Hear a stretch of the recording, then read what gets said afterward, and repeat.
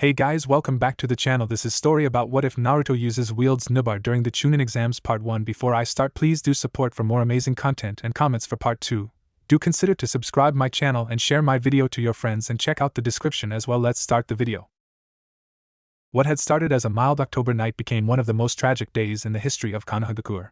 The Kyubi no Kitsune, greatest of the 9 Bijou, had destroyed a large section of the village. Many had died, civilian and shinobi alike, though the largest loss was Namake's Minato. The Yondaime Hokage of Konoha had used the forbidden sealing jutsu to lock the Kyubi inside of a newborn child, even though the cost was his own soul. Despite the importance of the Yondaime and his powers, the vessel of the sealing was the true hero of that night. October 10th was henceforth a day of mourning, with the people refusing to see the truth of the child. This child was Uzumaki Naruto, the biological son of the Yondaime. This fact was kept a secret, however, and those close to Minato were forbidden from taking Naruto in. It was believed that the other hidden villages would attempt to assassinate or kidnap the child if his family was known, or if his status as Jinchuriki of the Kyubi was discovered. The Sandaime Hokage, Sarutobi Hiruzen, had allowed knowledge of what happened to the general public. It was to be what he considered his second biggest mistake. The old man had believed so strongly that the people would see Naruto as a hero, it nearly broke his heart to realize that wasn't the case. In an attempt to rectify his naivety, he had proclaimed it high treason to speak of the Kyubi locked inside Naruto. He hoped that the next generation would grow up unaware, thus seeing him as the same as everyone else. That too would not happen as he hoped, rather, parents would warn their children to stay away from the energetic blonde. His early years threatened to leave him ill-adjusted, his lack of caring interaction setting a course to make him hateful and unable to tell when someone did care. He was blind to subtle displays of affection, and his mind and body were both malnourished. The worst to happen was again on October 10th. The matron of the orphanage he was in demanding he leave on his 5th birthday. As luck would have it, this was a blessing in disguise. 3 days later, the young boy would find himself in the office of the Sandaime, one of the few people that was nice to him. Gigi, I don't get it. She kicked me out, said it was dangerous for the rest of the kids for me to stay. I never hurt nobody, and Naruto trailed off, tears forming in his bright blue eyes. Hiruzen sighed, doing his best to comfort the sobbing child in front of him. Only one mistake weighed heavier on his heart than exposing Naruto's status to the public, and that was only due to the betrayal he felt any time he remembered it. Naruto, I'm sorry. I might be able to do something, but you won't be able to stay at the orphanage again. Give me a minute to think. You can lie down on the couch by the door until I come up with something. Is that all right? Naruto nodded, lying down while the legendary shinobi rubbed his eyes. Now, the tired old man could give Naruto an apartment to live in, but that would leave him alone for a majority of the time, the exact thing he wanted to avoid. In one timeline, he would do so. There were none that knew Naruto or would take him in that he could allow. His weariness would cause that decision.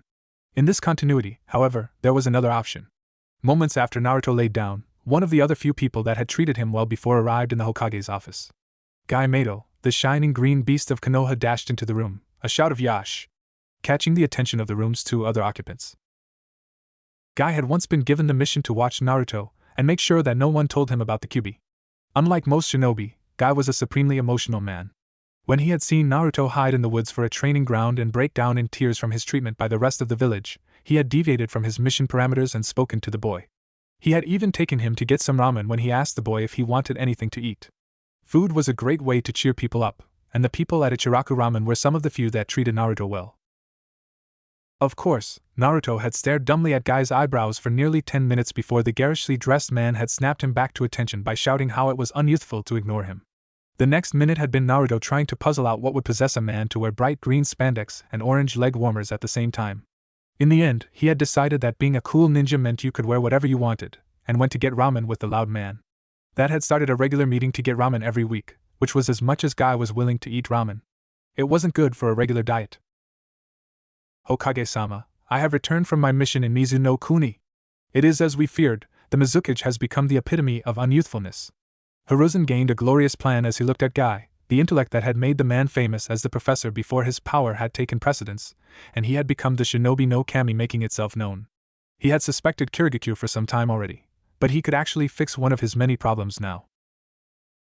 Naruto took the time to greet the eccentric shinobi while the Hokage was lost in thought. Hey Mega Eyebrows. You missed ramen this week. I had to come here to find out you had a mission. Naruto tried to work his small child magic and puppy eyes in attempt to guilt Guy into buying more ramen than usual next time, but the Hokage interrupted his efforts with a fully polished plan. Guy, I have something else that needs help, if you don't mind? After a quick nod from Guy, Hiruzen continued. Naruto here has been removed from the orphanage, and I don't have anywhere to put him right now. At least, I can't let him be anywhere without adult supervision. Since you two know each other already, I want you to take him in and watch him until other arrangements can be made. Yash! I would be beyond happy to help our youthful Naruto for as long as you need, Hokage-sama. I might even teach him some of the secrets of youth while I'm at it. Naruto's mouth dropped in surprise as Guy took his trademark nice guy pose and his teeth pinged with light reflected from the cosmos. Hiruzen had gotten used to it and managed to restrain his eyebrow twitch at the physically impossible display. Very well, Naruto, I'll come visit you too when I have something permanent set up. Try to behave in the meantime, eh? Naruto nodded frantically, amazed at his luck getting to live with one of the few people that liked him. Even if it was temporary, it was much better than he had expected. He wasn't exactly sure what the Hokage was talking about with behaving though. He'd never done anything worth worrying over. Guy brought Naruto to the apartment he lived in, after buying him some ramen. If Naruto was going to be living with him, the boy would be eating less ramen and more healthy foods, particularly meats and vegetables. Naruto already ate enough fruit when he could, but he had way too many starched in his diet for a prospective shinobi. Still, Guy had been gone for the regular ramen meeting the week before, and he would rather run 500 laps around Konoha on his hands while reciting aloud the tenets of youth than fail to keep his word. This is my home, Naruto. For as long as you stay here, I want you to consider it yours as well. I have a schedule for my training and meals, and after mid-morning post-breakfast training I go look for missions. I won't take any long-term missions while you're here, but I will take a few short ones. If you wish, you can follow my schedule and observe my training and eat with me. If you are youthful enough, you'll even be able to learn something from my training. Naruto didn't really get what Guy meant when he said youth, but he had a feeling it had nothing to do with his age. After all, if that was what he meant, Naruto was much more youthful than he was. He nodded anyway. He had wanted to be a shinobi ever since the Hokage had told him about them. He could be a hero and defend the village. Then everyone would have to like him. I'll do it, Dadabayo. What's your schedule? Fortunately for Naruto, either he nor Guy even heard his verbal tick over their shared excitement. It wasn't like Guy hadn't heard it before, but Naruto hated letting it slip like he did. It didn't even really mean anything when he said it most of the time, it just flew from his mouth like projectile word vomit. I get up at 4 a.m., start with early morning training, take a 5-minute break to stretch, do my early morning training, followed with a hearty breakfast. After that, is my mid-morning post-breakfast training. I take missions afterwards until lunch, then do my early afternoon, mid-afternoon, and late afternoon training. Dinner follows that, then early evening, mid-evening, and after dark training. I go to sleep at 10 p.m., then the schedule restarts the next day. Naruto could see not only Guy's teeth gleam, but he could see the odd eyebrows wiggle in excitement, while the man spoke of training. He made a note to remember the slowly growing evidence that Guy's eyebrows were alien caterpillars, before moaning internally at having already agreed to follow this crazy schedule. On the bright side, Guy was obviously a strong shinobi. The downside was the insane workload and low amount of sleep. He hoped it would be worth it. Hiruzen smiled as he watched the two of them through his crystal ball. He would show up in a month or so after Guy had gotten attached and say he had a place, then watch on in triumph as the eccentric Jonin asked to adopt Naruto.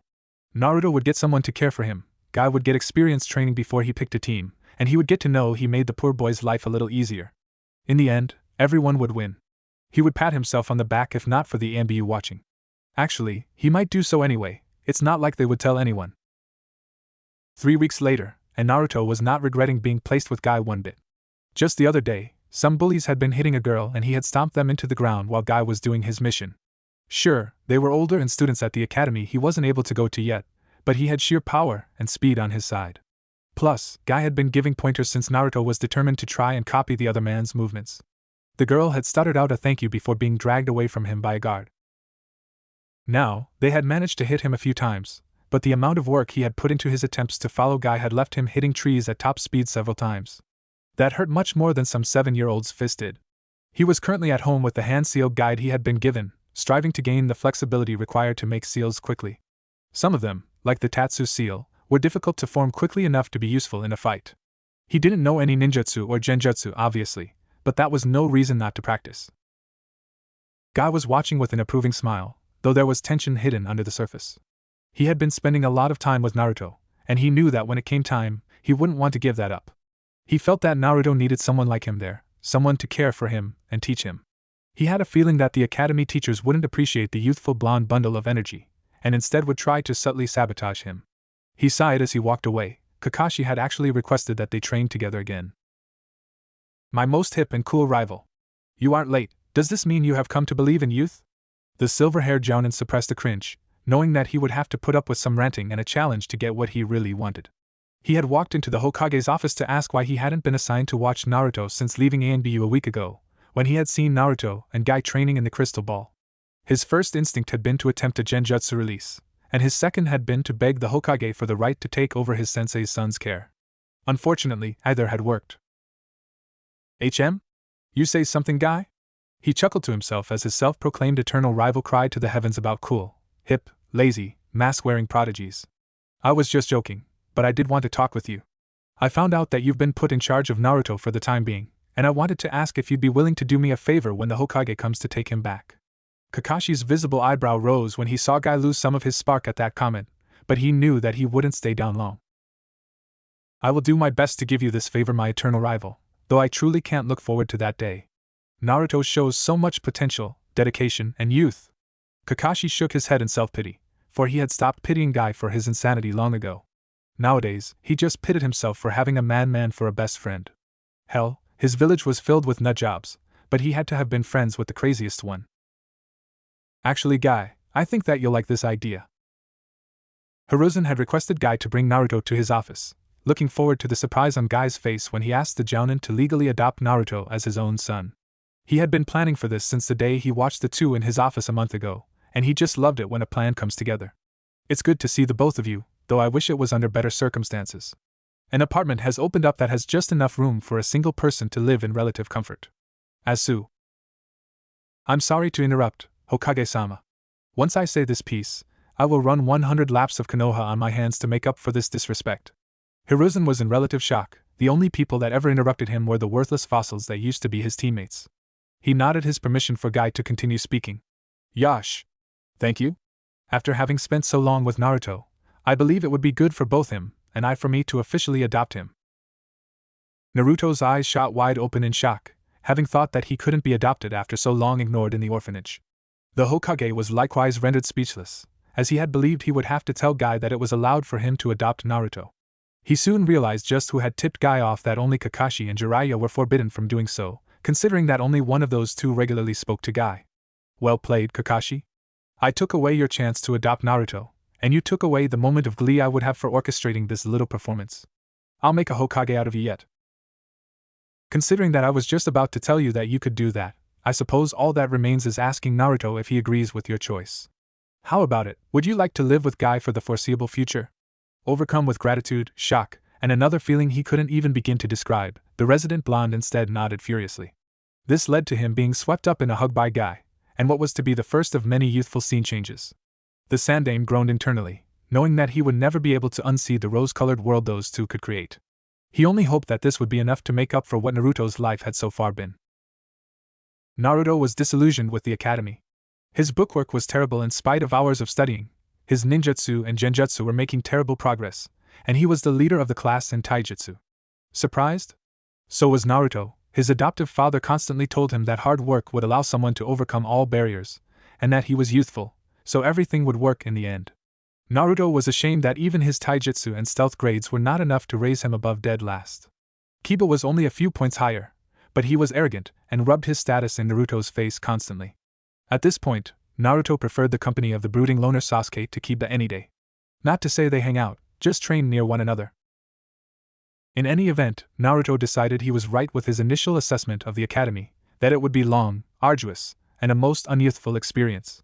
Until his third year at least, as that year Iruka shaped up and apologized for the way he had been treating Naruto, and Naruto successfully passed Kiba due to his bookwork grades rising dramatically. Naruto now spent what free time he had either training in his father's Goken with the weights he received as an 8th birthday present, or asking Iruka for tips on the thrice-damned clone jutsu. It made no sense to Naruto that the single easiest and the first jutsu taught to the class was the only one he could not reproduce. His replacement jutsu and transformation jutsu were flawless, but his clone was unusable. The third year of the academy also saw Naruto officially make his first friend his age, someone the antithesis of youth, Naruto Shikamaru. It had started from that first attention they shared the first day, but didn't progress until the third year, when Shikamaru became curious enough about Naruto's treatment to question his father about it. This led to Shikamaru seeking answers from Naruto when his father alluded to some vague reference about troublesome people just can't see what's in front of their eyes, only what's behind their hearts. Naruto remembered the conversation he had with Shikamaru as if it had happened yesterday. You knew at least one of these was coming in a Naruto story, but I won't abuse them. Hey Naruto! Came an uncharacteristic shout from one Nara Shikamaru. Naruto ended his training of 2,000 kicks per foot before turning around and replying, Yes, Shikamaru-san, what is it? Well, I've been wondering about the way that the teachers treat you, and the civilian-born students aren't any better. Do you know why? A sad smile appeared on Naruto's face before he nodded and told Shikamaru, For the longest time, I had no clue, but my dad told me a little while ago, and while I could use some vague reference about kunais and scrolls, I think I'll just tell you. On the 10th of October, the Kyuubi attacked our village and was sealed away into a newborn baby. I was the only child born that day, and thus became the Jinchuriki of the Kyuubi. Shikamaru had thanked Naruto for trusting him with the truth, and offered to hang out with him in their free time. Naruto accepted immediately, and burst into his first experience with youthful tears when Shikamaru further asked if Naruto could help him with his taijutsu. Being friends with Shikamaru instantly made you friends with Choji, and an acquaintance with Ino. Naruto never cared too much for Ino and to a further extent Sakura's infatuation with Sasuke, and told her as much when he was reintroduced to her as a friend of Shikamaru's. That started a conversation about Naruto being jealous of Sasuke's good looks, and ended up with Ino retracting that statement after she appraised Naruto in depth for the first time. The black bodysuit of the third Hokage he wore showed defined muscle far above what an 8-year-old should have. The haori on his back, while unadorned, was a piece that made him look noble as it blew in the wind. His face was a bronze tan, and was angular in a handsome way, with the whisker marks softening the look. His eyes were a sapphire blue that held people's attention, and sparkled like the gems they resembled. The breastplate was a rusty red color with a swirl hammered into the spot above his heart, making him appear fierce, but the smile he always wore comforted those set on edge by the armor. Ino had actually stated that the eyes, hair, and face made Naruto look like a miniature fourth Hokage, which had caused Shikamaru to pale and Choji to choke on his chips, as the two had spoken of that before, and came to the conclusion that if Naruto did not know, then the Hokage must have a reason. Naruto's face crinkled into an obvious thinking pose for several seconds, before he hugged Ino, shouted his thanks and ran to talk with his father and the Hokage about what had just been discovered. Ino had blushed from the sudden contact with the boy she had just declared attractive, possibly nearly as much so as Sasuke, before returning to normal and leaving to follow her tall, dark, and handsome somewhere where the brooding was good. Shikamaru and Choji went to one of their usual relaxation spots. Naruto confronted his dad and Gigi about Ino's statement, and the truth was ignored until Naruto asked for a blood test to prove paternity, where Hiruzen cursed Guy for making Naruto smarter, and Guy began crying until Naruto assured him that even if the fourth had sired him, Guy was still his father. With the truth known, Naruto began training even harder. After all, he was going to be Hokage and surpass both of the men he looked to as fathers. Naruto requested that even if he were given scrolls of inheritance, his heritage itself remain hidden until he made Chunin, as he was nowhere near strong enough to protect himself from his doubtless future assassins. Despite his youth burning brighter than ever, he still could not make the basic clone jutsu work, and his dad stated that the only other clone he knew was a kinjutsu, and that he could not teach it to someone that was not already a shinobi. Iruka tried near the end of the year to help the most dedicated student in his class, but nothing they did seemed to help. Iruka discovered though that the amount of chakra Naruto put into one clone could create 60 clones, though all of them still turned out dead looking and soon disappeared. With all other avenue of help exhausted, Naruto went to the Hokage for help, and prepared his full argument for why he needed a replacement for the clone jutsu. Gigi, I need something that can take the place of the clone jutsu for my ninjutsu. Even after 3 years of training it, I have had no progress. The old man stared at the amalgam of miniature Hokages for a few minutes before replying, Alright Naruto, I will allow your father to teach you the shadow clone jutsu on the condition you not use it until the graduation exam. Do I have your word? Of course, Gigi. And should I fail to follow your condition, I will run 400 laps around the academy training ground on my hands. That's all. Wow, I could have done that way earlier. Naruto's youthful shout echoed in the small office, earning a groan from the Hokage. Without further ado, a grinning Naruto dashed off to tell Guy about the Hokage's deal, shouting about learning something new being youthful. Hiruzen, meanwhile, simply thought to himself, you are lucky I already know you have the chakra to do that technique, otherwise who knows what would have happened. In a less youthful Narutoverse, everyone still alive sneezed simultaneously. Back with Naruto, the hero was excitedly running back home on his hands. He was also doing scissor kicks while balancing rocks not quite large enough to be boulders on his feet. Naruto's youthful exercises had ceased to catch the attention of the civilians for months, but even they were paying attention to him now. At least, in his head they were, as they were fervently congratulating him on becoming the 5th Hokage. His first decree, of course, was that his guilty pleasure, that being ramen, would have research done to make it still taste amazing but also be incredibly healthy. His daydreams came to an end as he saw the humble apartment he shared with his youthful father, and he quickly righted himself, and dropped his rocks before wiping his feet and announcing himself. "Dad, I'm back. Gigi said you can teach me the shadow clone jutsu if I promise not to reveal it until I'm a genin." Guy's teeth flashed with an audible ping as he turned to Naruto, smiling at the news. "Yash. My son, your training in this most youthful jutsu will begin immediately, but if you don't learn it within 3 days, you must have it done and usable without hand seals in 1 month." Naruto knew that these challenges were supposed to be penalty tasks, but he loved training and getting stronger so much he typically did them even when he didn't need to, his walk home being an example of this.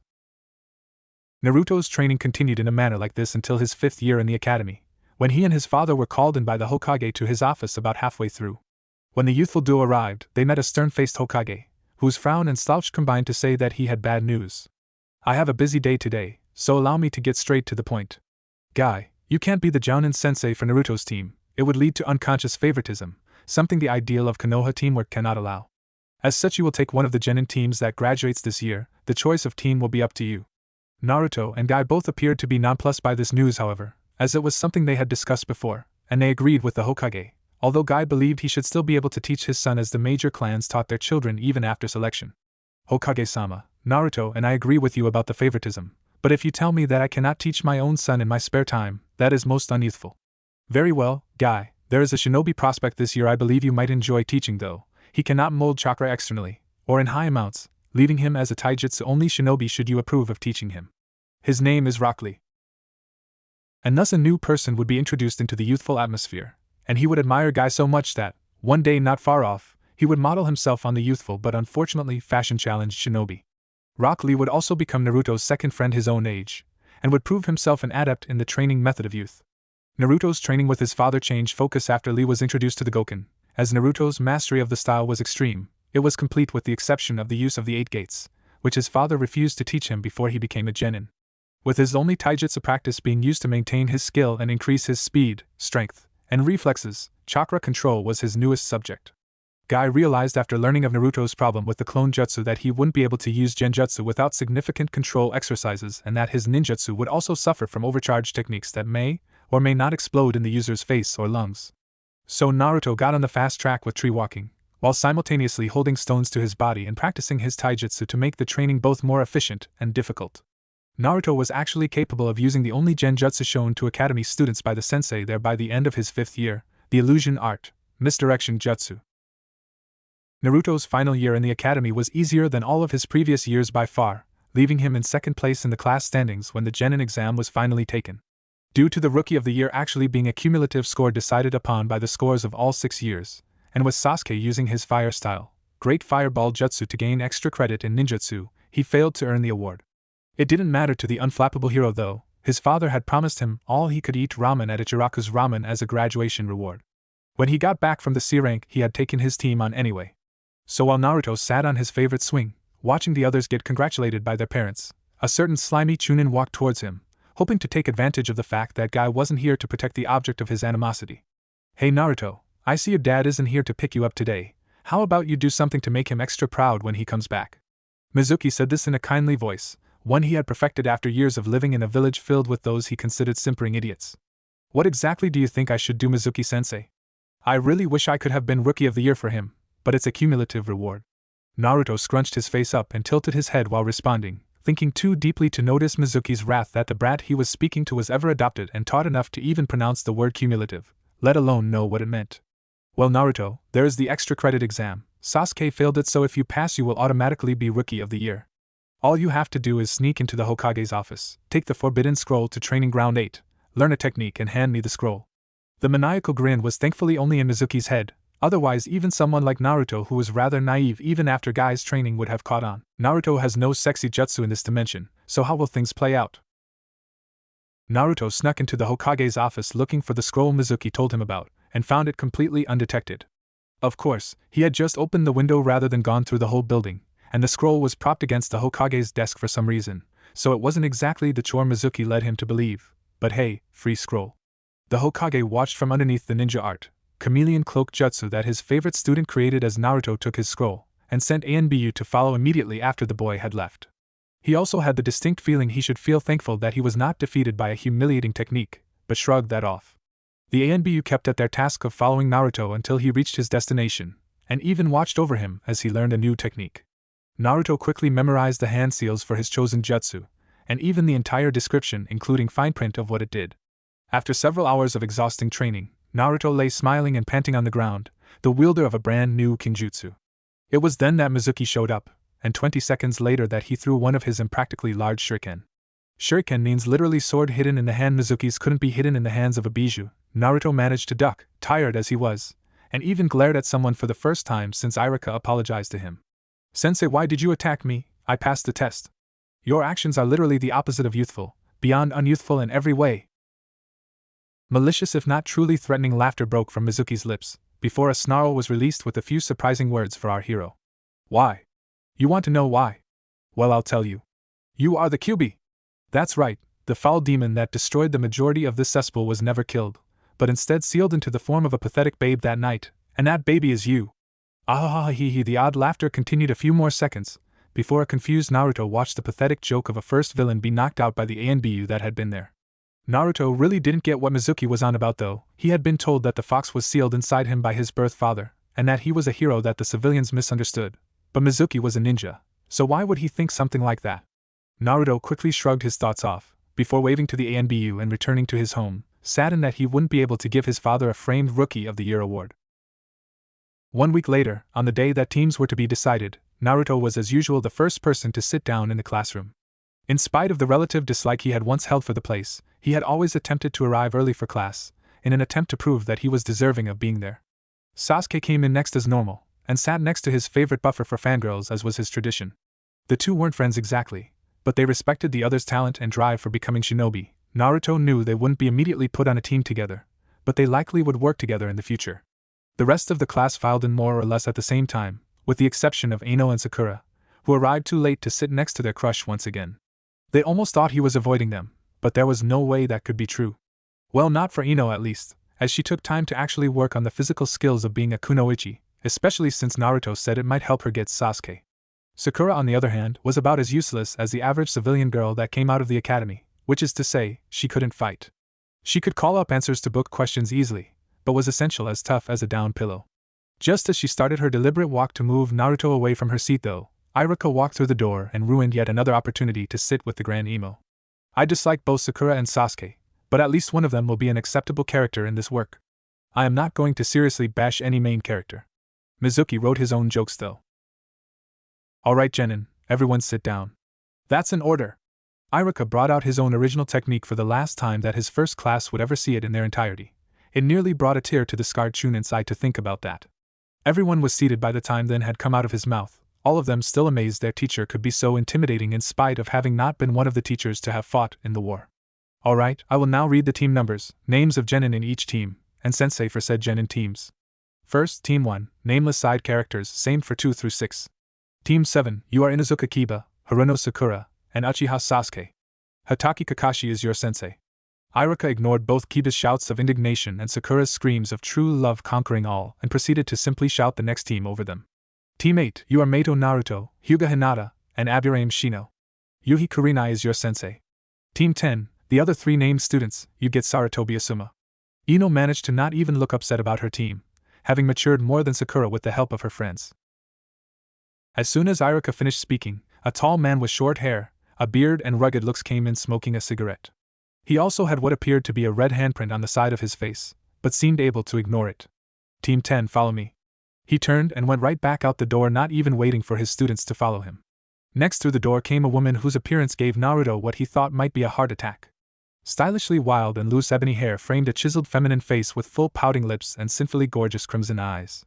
A slender neck descended from this visage to reveal a body that gave proof of rigorous physical training with its obvious muscle and complete lack of fat. The tight white dress covered in a motif of rose thorns clung to the body, wearing it so tightly it seemed in love with it. The very lightly tanned skin that was exposed drew the eyes and held them where they were, reducing the ability of anyone that could appreciate aesthetics to think of anything else. Large and perky, D cup or larger? You decide. Breasts, a narrow waist, and perfectly curved hips finished what many might describe as the ideal female as she walked into the room, the ornamental red sleeve on her right arm flashing slightly as she moved. "Teammate, you're with me?" Even her voice was intoxicating enough to stun anyone unprepared to hear it. Yuhi Kurenai was patient and respectful enough to wait for her students to all stand up and follow her before she turned and left.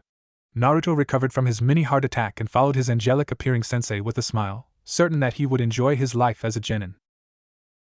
Teammates sat inside a dango shop, waiting breathlessly as their sensei ordered some of the delicious treats.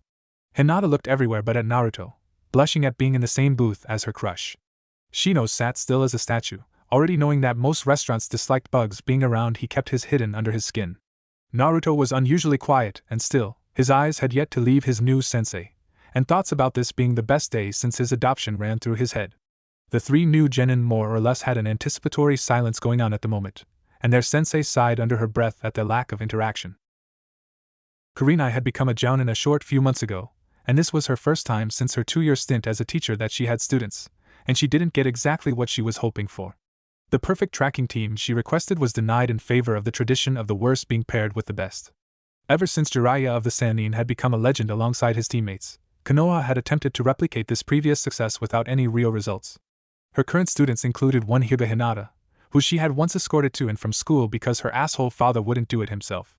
Next up was Abdurrahim Shino, who was as silent as the grave despite his status as a clan heir, though that isn't as surprising after one considers that the clan he was from don't believe in saying anything more than is necessary.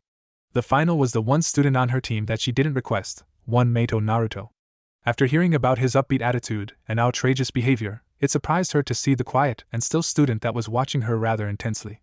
She had no ill will towards the blonde, but hadn't prepared training for an obvious strike fighter like him. She just hoped that he would be willing to learn her genjutsu to tide him over for a while. As Kurenai was thinking about the blonde that had made his way onto the team, he was doing some deep thinking of his own. Now that he had spent the last 20 minutes staring at her, his higher brain function had returned enough for him to consider her abilities and his team. They featured a Hyuga for visual/chakra-based tracking and gentle fist techniques to disable opponents, an Abdurrahim for wide area scent tracking and chakra depletion disabling, and him, a heavy frontline strike fighter. Their sensei's skills were as of yet unknown, but Naruto felt it was safe to guess that a Hunter Nin team was the original goal, and that he was on this team simply because Kiba couldn't be. In other words, he was still unwanted and just used as an extra to round the team out. A sigh came from the lips of the Jinchuriki as he pondered why a team like this was set up with genin, as a true hunter team would be all Chunin or above. Deciding to wait for their sensei to introduce herself, our hero continued to simply sit quietly and wait. Kurenai saw that none of the genin were about to open up on their own, so she sat at the table with their food and got the ball rolling on her own. "Alright everyone, we are going to introduce ourselves. I'll go first. My name is Yuhi Kurenai, I am a genjutsu specialist. I dislike perverts, and people who think that because I am a woman I can't compete with the male shinobi crowd.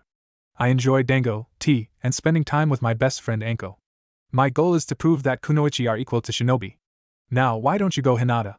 The shy girl eeped and looked down, her fingers pointing into each other. Before speaking, "I honestly don't recall Hinata stuttering, so she won't in this story. My name is Hyuga Hinata, I specialize in the gentle fist of my family, and I also make medical salves. I don't really dislike much, but I like pressing flowers, looking for new herb combinations, and watching my idol train. My dream is to bring my family closer together." This was all said so quietly that the group had to strain to hear her, and none of them even caught the part about watching her idol. Naruto decided that he should continue the chain and speak up without being singled out for the introduction. "My name is Uzumaki Naruto. I am best in Goken Taijutsu, but I wish to learn and master all of the shinobi arts. I dislike unyouthful people, and like those who let their youth show. I also like training and my weekly ramen, databao." The look on his face after saying this was almost pained. He couldn't believe he had said that annoying tick in front of his teammates and sensei. He had tried so hard to suppress it. My dream is to one day master all shinobi arts, and become the strongest Hokage ever." The few people in the room that knew Guy were all very happy that his adopted son didn't worship youth to the same extent his father did, and that Naruto didn't shout everything he said. Shino, seeing as he was the only one left, then began his introduction. "Abdurrahim Shino, specialty in clan insect jutsu. I like bugs, and training in new clan techniques. I dislike people who kill innocent bugs. My goal is to be a good and respectable clan head one day." Naruto looked stunned. He didn't think he had ever heard Shino speak at all before this, and was amazed the boy even could say that much at once. Hinata was being her usual polite self and not looking at Shino in shock, while their sensei simply shook her head at the Aburame's lack of communication with his team. The lack of interaction between members almost had her hopes of passing the first genin team she was ever given shot, but she decided to be optimistic in that at least she didn't have to deal with anyone with a huge ego. Back at the academy, still waiting for their sensei, Kiba and Sasuke sneezed in unison, before glaring at each other for daring to do the same thing the other had. Kurenai dropped out of her musings ready to enlighten her team about what they had to do. Good, now that we all know each other, I have good news and bad news. The bad news is that none of you are actually genin yet. The shock, betrayal, and slight twitch from her three prospective students brought a slight smile to her face. Or it would if she was a sadist like Kakashi. Speaking of Kakashi, he had just gotten to the hallway that led to his team's class when he sneezed. Deciding it was an omen that he wasn't late enough yet, he leaned against the wall to catch a few winks. Instead of enjoying the moment, she decided to give her team the good news. The good news is that I will decide based on a test tomorrow at Training Ground 12. Why does everyone put a team with the training ground that matches its number? Does that mean if enough teams are filled for long enough that there is a team 44 that is stuck with the forest of death? Show up at 9 o'clock sharp, or don't show up at all. Acquit yourselves well, and become one of Konoha's newest genin teams. With that said, Kurenai left the three of them on their own, discussing exactly what they thought the test tomorrow might be. When the group separated, despite having ignored each other when they formed, a slight sense of camaraderie was established. Naruto was ecstatic to have friends other than Shikamaru, Lee, and Choji. He had some pretty cool teammates, with Hinata being very kind and Shino being likable, if not very sociable. He also had a beautiful sensei that seemed to really want them to pass. Something in her tone told him that she was just as excited about this as they were. Naruto was heading straight home to speak to his father. He couldn't wait to tell him all about what his team was like.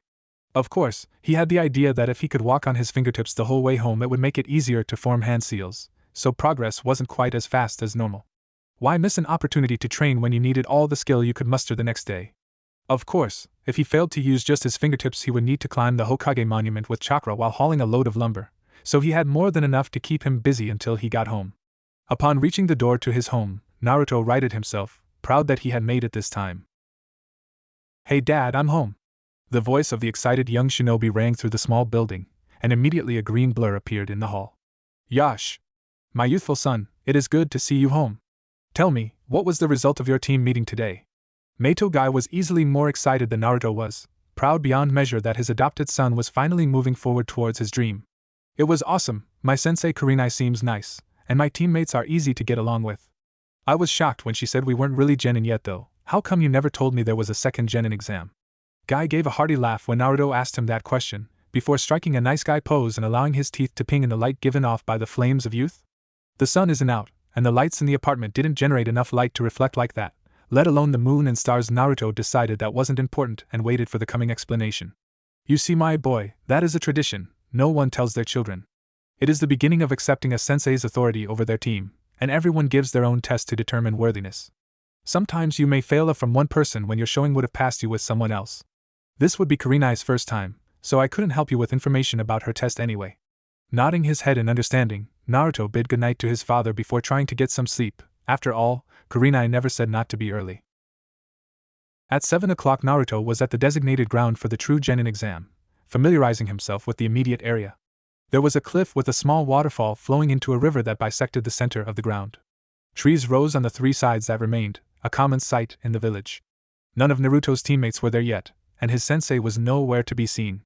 Naruto decided to pass the time with training. Who knows when those extra 500 kicks per leg would be useful. As time passed, Shino and Hinata both arrived, Hinata carrying 4 boxes wrapped in cloth with her. After a quick youthful morning, Naruto finished his exercise and went to sit with his team in the shade of the trees. Shino was surprisingly the first one to speak. "Naruto, I have some understanding of Hinata's abilities as they are clan-based, but all I know about you is that you are good at taijutsu and can use the illusion art, misdirection jutsu, but I don't know any of your other abilities." After getting over his surprise at Shino being the one to start a conversation, Naruto decided not to mention the new jutsu he learned from the scroll and just go with the basics. "Aside from that, I have mastered the Goken, with the exception of the 8 gates of the Hidden Lotus, and can use the transformation, substitution, and the shadow clone jutsu. I also have mastered the tree climbing exercise." Shocked silence was all that answered him, his team unable to fathom that a genin already knew a kinjutsu. They didn't have the time to respond, however, as Kurenai appeared exactly at 9. She had finished plans for her test long ago, and had decided to wait for 9 sharp to give her team time to interact. She was satisfied with the way they sat together as proof that they were interacting, and hopefully they were all ready to demonstrate for her. Good to see all of you here. Now before I explain the test, I want all of you to remember something. Konoha is the strongest hidden village because of its teamwork. Teams like the Sannin, the Inoshikacho, and even the original duo of the Senju brothers that founded the village gained fame for their power, but some of the most successful teams are nearly unknown. The combo of Mato Gai and Hataki Kakashi, or even further back Shimura Danzo and our current Hokage. They showed far better success as teams than they ever would alone. In this test, you will pass or fail as a team. Am I clear? Her three students nodded, Naruto having pulled a notepad from somewhere and apparently copied what she said word for word. That type of dedication warmed her heart, her opinion of the genin prospect rising. I've let my lecture have enough time to sink in, time to get on with their exam. Alright, in this test I am going to hide from you. The task that you three have is to find my location and disable me for return to the village. I will be acting as a newbie Chunin that has gone missing Nin, and you are the squad charged with my capture. As a handicap in this test, Shino, you can't place a female bug on me beforehand, as it would be unlikely that you have one on the random ninja that has deserted. You have 1 hour ready? After getting a look of determination and nod from her three students, Kurenai threw down a smoke bomb and used a shunshin to escape. When the smoke cleared, the three turned to each other to form a plan. Naruto was the first to speak this time, having an idea about the best way to utilize their resources. Guys, I think I've got a plan. I will make a group of 10 shadow clones to send out in all directions. Shino, do the same with your Kakachu. Hinata, the real me and Shino will stay at your side as you search for Kurenai-sensei with your Byakugan. Anything to add? 2 simultaneous headshakes was the response he received, leading him to grin and from a hand seal where he formed a cross with the index and middle fingers of his hands, left hand vertical and right horizontal. Yash! Shadow Clone Jutsu. The group of 10 clones formed pairs, before spreading out through the woods. Shino released a large amount of his Kakachu from his sleeves, sending them up the cliffside to cover the most possible ground. Hinata then formed a hand seal with fingers intertwined except for index, which pointed straight up. Byakugan. Naruto briefly gazed at her, this being the loudest sound he had ever heard from her. All of their abilities in use, Naruto turned his head toward Hinata and asked, "Can you see her, Hinata-chan? Your ability is quicker than mine or Shino's." The shy girl shook her head. "No, Naruto-kun, Sensei does know my current range with the Byakugan though, so she might still be close. I can only see within 80 meters. Unable to do anything until either Shino or Naruto had a reaction, the group waited tensely. Almost 20 minutes of their hour passed before Naruto turned his head to where one of his clones felt a genjutsu, shortly before it died, its partner trying to stall against their target. "Alright guys, if we run we can be there in 5 minutes if we head straight, I've got her." Dashing into the woods, the three arrived in time to see Naruto's clone disappear into a cloud of smoke. How can a genin make shadow clones? I may be a new jounin, but I can barely make 2. Kurenai managed not to voice her incredulous thoughts, but knew that she had been found. Oh my god, first fight in the story. Naruto, being the fastest of the group, closed in on Kurenai before the smoke cloud had even fully dissipated, shouting as he flew through the air towards his sensei. Dynamic entry. The flying kick was neatly dodged, experience in combat and special training to increase maneuverability coming in handy. The blonde turned and attempted a backhand, but Kurenai leaped back and was still unscathed.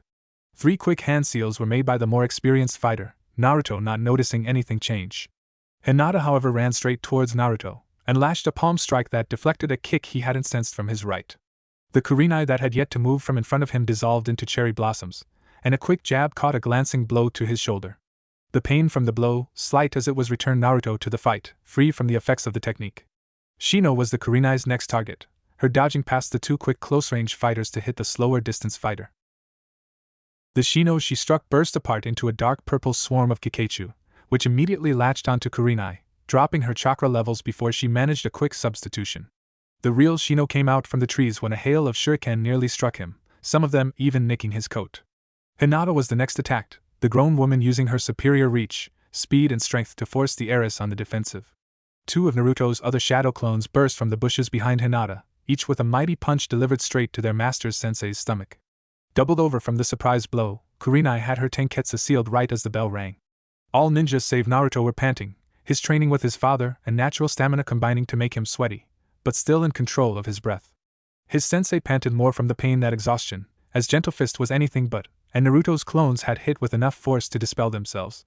When all present had caught their breath, and Hinata had unsealed their sensei's tenketsu, Kurenai smiled at her team.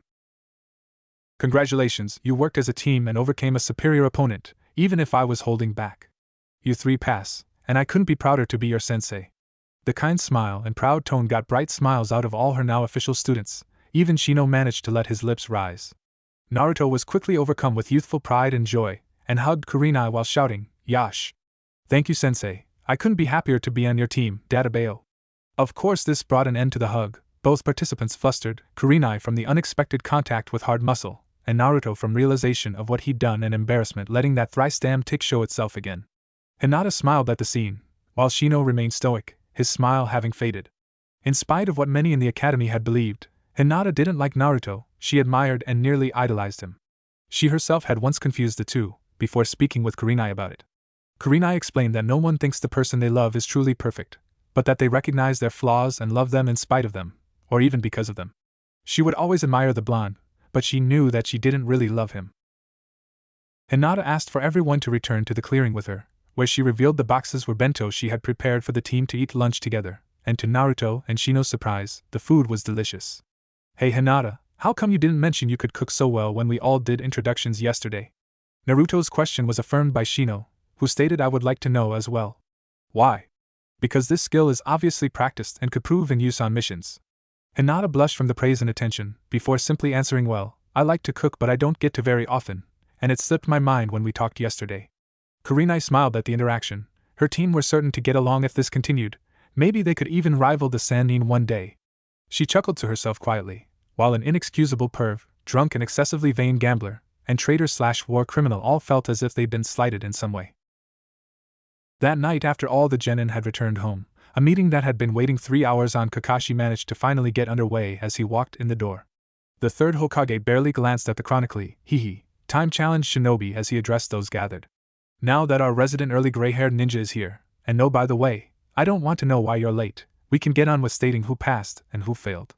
Kakashi looked disappointed that he wouldn't be able to use his awesome excuse. He lost track of time while thinking up new excuses, legitimately, but everyone else simply began stating their success/fail for their students.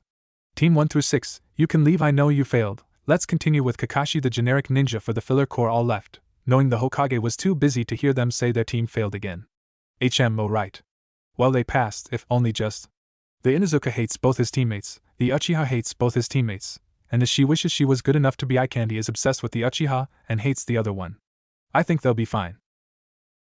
All those gathered stared at the laid-back ninja, before turning to Kurenai so she could report.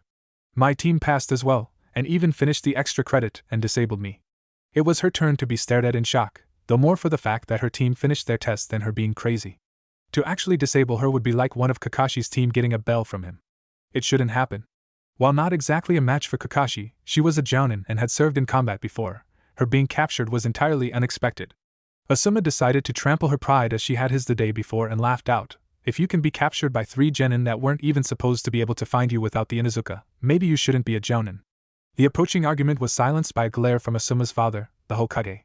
Not wanting to stay any longer, Asuma simply stated pass before all present were dismissed. Kurenai went home looking forward to meeting her team the next day, and introducing them to training and smirked D-ranks. An evil chuckle filled her apartment that night, her rather rapid rise through the ranks making D-ranks a recent memory of hers.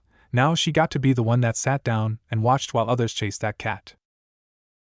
Naruto awoke at 4 in the morning, practically shivering with excitement to go on his first official mission as a ninja. He also looked forward to seeing his youthful team and training under someone as talented as his sensei.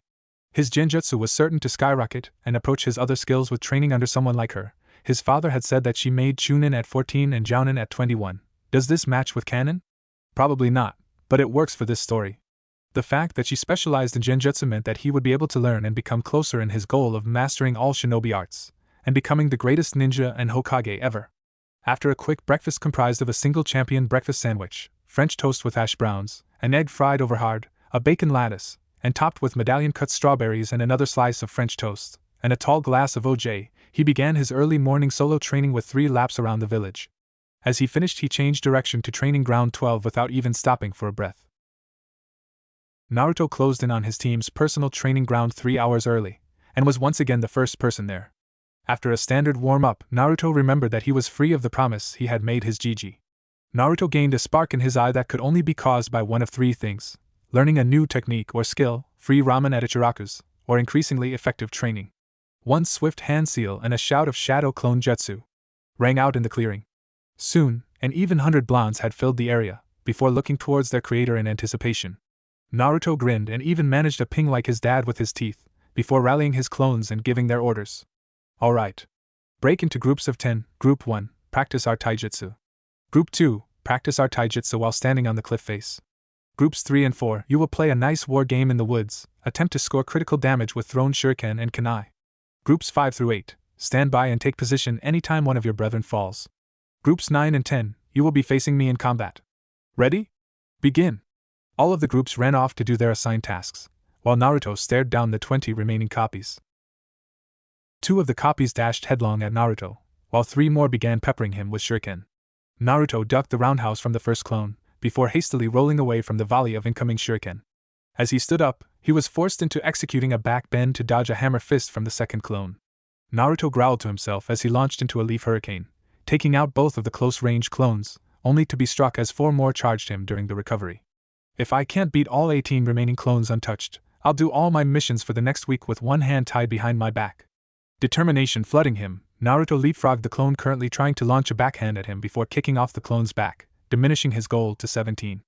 As he rose into the air, Naruto began to spin his body around, launching shuriken and kunai in every direction.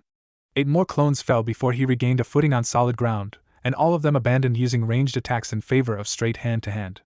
The remaining clones launched into a quick series of combinations, several favoring quick jabs followed by heavy axe kicks, others trying to sweep his feet out from under him before launching potentially devastating elbows. Naruto dodged, weaved, ducked, hopped, and deflected in such a way that not one attack landed correctly. Utilizing another tactic of his father's, Naruto disappeared and reappeared in one instant behind the farthest back of all his clones. Using the opening the dancing leaf shadow presented, he grabbed the surprised clone and levered his body to throw it into 3 others, leaving only 4 opponents. The clones slowly circled their creator, wary of being the next to fall. The true Naruto elected to go on the offensive this time, flipping forwards to bring his heel crashing down on the spot his clone had just vacated. Immediately countering, assuming that the original had not time to maneuver, the clone unleashed a powerful uppercut into his target's chin. Instead, the disturbing crunch the clone expected from the bone-jarring impact, he got only a familiar pop and a cloud of smoke. Turning to where the rest of his siblings were, he watched a low sweep take out his remaining allies. A quick substitution had ruined the cautious approach the chakra constructs took, leaving a duel between creator and clone. Knowing that this would likely be his last attack, the clone slid across the ground hoping for a leg grab to lead into a submission hold. A stomp on his kneecap and he too was removed from his existence, as had his brothers before him. The sound of applause led the sweaty and heavily breathing Naruto to look toward the river in the ground. Gathered at its edge were his 2 friends and teammates, as well as his sensei. Blushing from the attention, he fell back on the old habit of bringing a hand behind his head and smiling, not sure how to respond. That was impressive, Naruto. No genin should be able to move like that or train that intensely. Just the chakra use alone from the jutsu would have killed everyone else in this clearing combined. Kurenai's tone managed to stay the professional sound one would expect from their sensei, while inside she was only just keeping the utter shock from showing. I don't believe this, he is a genin and he is nearly as fast as I am. What the hell did Guy do to make him like this? Kurenai's smile became less of a strain as she remembered seeing the eccentric, youth-obsessed Jounin climbing the Hokage monument with his chin once. If the man could do that without possessing some demonic being that granted regeneration, then Naruto surely had a higher ceiling and faster rate of acclimation. The other 2 were unable to hold in their shock. Hinata sat stunned with her mouth open and Shino may, or may not have been breathing. With him it can be hard to tell, but currently Naruto was leaning in the direction of not. Naruto dispelled his remaining clones, almost flinching from the rapid influx of memories, before joining his team at the riverbank. Kurenai managed to grab her team's attention when she walked out onto the river's surface, and stood watching their surprise. By now your families have introduced you to tree walking or surface clinging as some call it. This is the next step in that exercise. Whereas in the first you channel a steady amount of chakra to stick to a flat, solid surface, in this exercise the surface tension of water fluctuates, and you must make your chakra fluctuate in parallel with it. I want all of you to try this on your own. If within 1 hour you fail to progress, speak to me and we will find out what you're doing wrong. The 3 nodded their heads, before attempting the feat themselves. Hinata actually managed to stand on the water for nearly 20 seconds before she sank knee-deep in the river. Neither Naruto nor Shino had that immediate level of success. Half an hour passed before the 3 took a minute to think about ways to hurry it along. Hinata activated her Byakugan before attempting the exercise again, and this time with her enhanced chakra vision, was able to match both the change in surface tension and the variation made by the river's current. Naruto and Shino both congratulated the shy girl in being the first to succeed before turning back to the water, Naruto with youthful determined flames and Shino with he wanted to do well too. Kurenai came up and congratulated Hinata, before telling her that she must also be able to fight on the water without sinking before she had mastered the exercise. Naruto once more created a party of clones before once more attempting the exercise. Shino stayed still and quiet, watching the surface of the water move in a regular pattern, attempting to logically discover the flow he needed to synchronize with. 3 more hours passed, and all of Team 8 had moved on to practice fighting and dodging on the water's surface. Seeing as it was past noon, Kurenai halted the training in favor of lunch. They returned to the dango and tea stand they ate at when they first met. Alright, now we will train until this time every day, before going to get a mission or 2 from the Hokage. After we finish I will set aside 2 hours for individual help if any of you need it, before I return to my apartment. I will show all of you where it is after we finish today's mission. Unless there are any questions, let's get to work. Hiruzen looked at the team as they entered the mission office, mentally smirking as he knew what was about to come. He loved D ranks, they were a sign of peace and prosperity for the village, as when he had been trained by Tobirama, D ranks didn't exist. It was either you were a ninja and risking your life on the battlefield or patrolling, or you were a civilian and did your own work. Teammate requesting a mission, Hokage-sama. Kurenai's voice was mildly strained, as she wasn't used to speaking to the Hokage still. It made her nervous that she might say the wrong thing and lose her recent promotion to Jonin. The elderly man just smiled, however, and looked through the pile of requests on the desk. Well, teammate, congratulations on being the first team in for a mission from the new group. We have such fine missions as painting a fence, delivering flour to the bakery from the warehouse, tilling a farmer's field, and lastly, finding the lost cat of our daimyo's wife. The interior smirk grew to a grin with the look on the faces of the 2 non-Aburame genin in the room. Hinata had tilted her head to the side in confusion that these could be missions, with the exception of the cat one as the daimyo's wife was far too busy to find her own cat. Naruto, on the other hand, looked as if his Gigi had pulled a trout out from under his hat and smacked him in the face with it. Maybe I should take a picture now, I'll have more faces to look at next year. A shiver went down the Hokage's spine as he thought that, as if to say you never know, you are pretty old. We'll take the mission to find Tora, Hokage-sama. Kurenai chose and was handed the scroll by the esteemed leader before turning and walking out of the room. She actually had to drag Naruto out though, as it turned out that he had fainted from shock and was standing on his feet in spite of this. Alright team, our target is a brown cat with a pink ribbon on its ear. It's named Tora, and there is no info on where it might be. We will head into the woods that lie inside the walls, as if the cat is out of the village proper. The mission is a C rank. Following the orders of their commander/sensei, Team 8 ventured straight to their regular training ground, figuring it might help to begin the search in familiar territory. Naruto made 30 clones before giving them the same directions he had given to the clones that had looked for Kurenai during the team test. Shino released a small swarm of bugs, and Hinata activated her Byakugan. However, even with the combined tracking skills of this group, it took nearly 2 hours to find Tora, and that cat was not happy to be found. Until Hinata started scratching its ears, anyway. Kurenai was floored by the sight of the demon cat acting so tame and cute. Such a thing made no sense. Hell, the damned beast had nearly given her a scar. It had gone just as expected at first. The cat had hissed and leaped at Naruto's face and scratched at his eyes. Shino had to dodge or suffer a similar fate, but Hinata caught the cat and it started purring. One grumbling genin, one smiling, and one stoic arrived at the Hokage tower followed by their sensei. All present in the room watched slack-jawed as Hinata practically cuddled the vicious beast in her hands, save Madame Shinji, the wife of the daimyo of the Land of Fire. She was absolutely ecstatic to get her cat back for the 3rd time this week. Tora's escape attempts had decreased recently. "Oh Tora, come to mommy!" The shout made the pacified feline nearly wince, and even struggled to escape once again before it was taken from the comfortable arms that held it, and returned to the terrifying meat prison that was one of Madame Shinji's hugs. "Ha, cat deserves it for resisting us like it did. I could have lost an eye."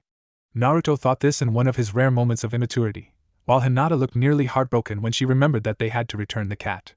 Shino remained impossible to write down facial reactions for, and Kurenai's sweat dropped at the loss on her female student's face and sinister grin on her blondes. The Hokage, however, found the looks rather entertaining, suppressing a grin as he watched these young genin not even try to hide their emotions.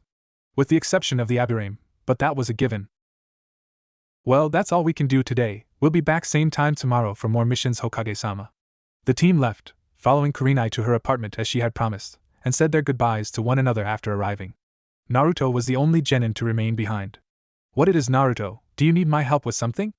Kurenai smiled, happy that one of her students was already taking up her offer of individual help. Yeah, Kurenai-sensei. You see, I want to master all the arts of shinobi, including genjutsu. I was wondering if you would help me with maybe learning some new techniques or how to better recognize and break genjutsu. If you don't have time today or don't want to, I understand though. The woman suppressed a giggle as her most active and outgoing student was acting almost like he was shy right then. The contrast made it kind of cute. Cute? I mean funny, right? I have a couple hours free, so what would like to learn most? Naruto's shy word stumbling and rambling changed to a large smile, glad that his new sensei was so kind. His face scrunched up into a thinking pose soon after as he considered her question though, reinforcing the recent notion that had passed through Kurenai's head about her new student. Man, I'd better not tell Enko about this, she'll start accusing me of being a pedo like that bastard that ruined her life. I think that learning how to recognize and break genjutsu would be best to learn first. Who knows when an enemy might try to use one. Kurenai nodded, satisfied that the kind of hyper-blonde chose the part he would have the most trouble with first. Very well, Naruto, we can do this training right here in my home. No reason to waste precious training time walking back out to the forest, right? Another grin and a nod was the answer she received, so she turned and opened the door to her apartment. Naruto's nervousness returned after a few seconds, realizing a few things that he had not recognized before. First, he was alone with Kurenai-sensei for the first time. Next, he was going inside her house, which his father had once told him that he should never be alone with a woman in her home until he was at least 15, but this was for training so he didn't think he'd be in trouble. Last and most important, he was alone with Kurenai in her house. Seriously, he had started developing a crush on her, and this one fact would ruin the concentration he needed for his training. A feminine throat being cleared alerted Naruto to the fact that time was still moving outside his head. Blushing and scratching behind his head much as he had that morning, Naruto quickly followed a now openly giggling Kurenai into her home. He only hoped she wouldn't ask him just what he had been thinking about after they got in. When they reached the living room, Kurenai motioned for Naruto to sit in a living chair across a glass coffee table from her own recliner. There were few pictures in the apartment, save one of Kurenai and another beauty with purple hair hugging. A few paintings lined the soft cream-colored walls, most of them being nature scenes save one of a large snake wrapping around a blooming cherry tree. Noticing Naruto's eyes staying on the photograph on the table, Kurenai smiled. She's my roommate and best friend. She's on a mission right now though, so if you want to meet her it could take a while.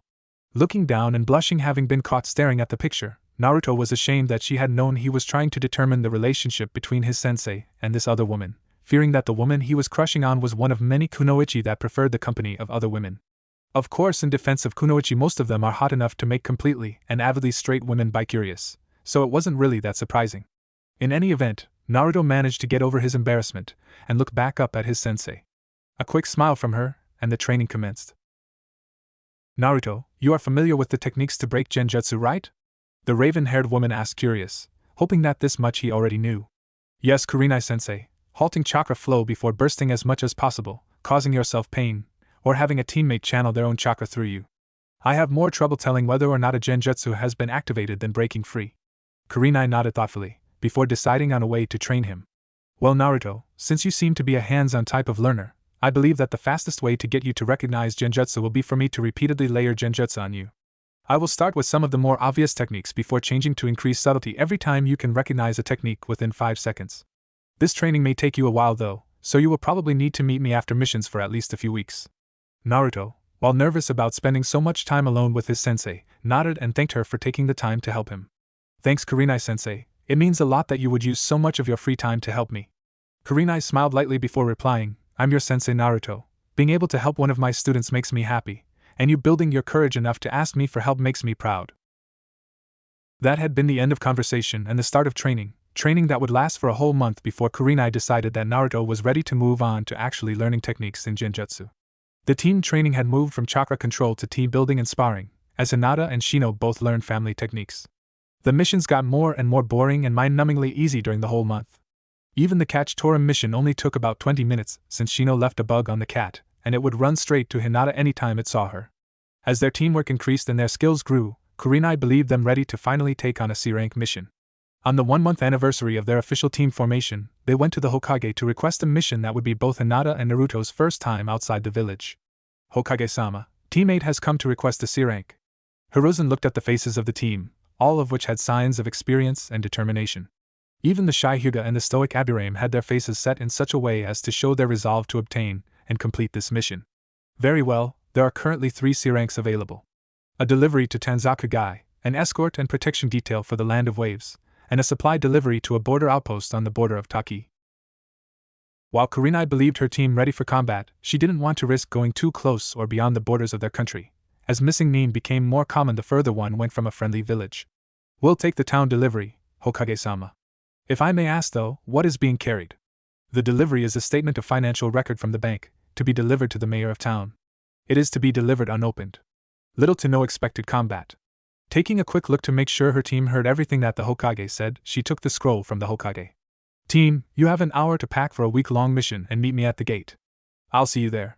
With a quick nod, the three genin separated and ran for their own homes. Naruto was lucky, as his father had told him to always have a bag packed and ready for long missions, as sometimes you didn't get much notice before being forced to leave. As he walked through the door to his room and grabbed his bag, Guy appeared. My most youthful son, where are you going? I was hoping you could train with your old man tonight. Tears seemed ready to fall from Guy's face. In the past month the two rarely saw or spoke to one another, with Guy going on many missions and Naruto spending his spare time training with his sensei. Sorry Dad, I'm going on my first C rank with my team today. We have to go to Tenzaka and see the mayor. This report brought an entirely different type of tears from Guy, tears of a more youthful variety. Yash! My son and his youthful team are on their first C rank mission. We must celebrate with a feast of youthful ramen at Ichiraku's when you return to celebrate. I should get you a gift too, something to spur you even grander displays of your youth. While Guy continued to rant, even his son could take only so much about the flames of youth before tuning out.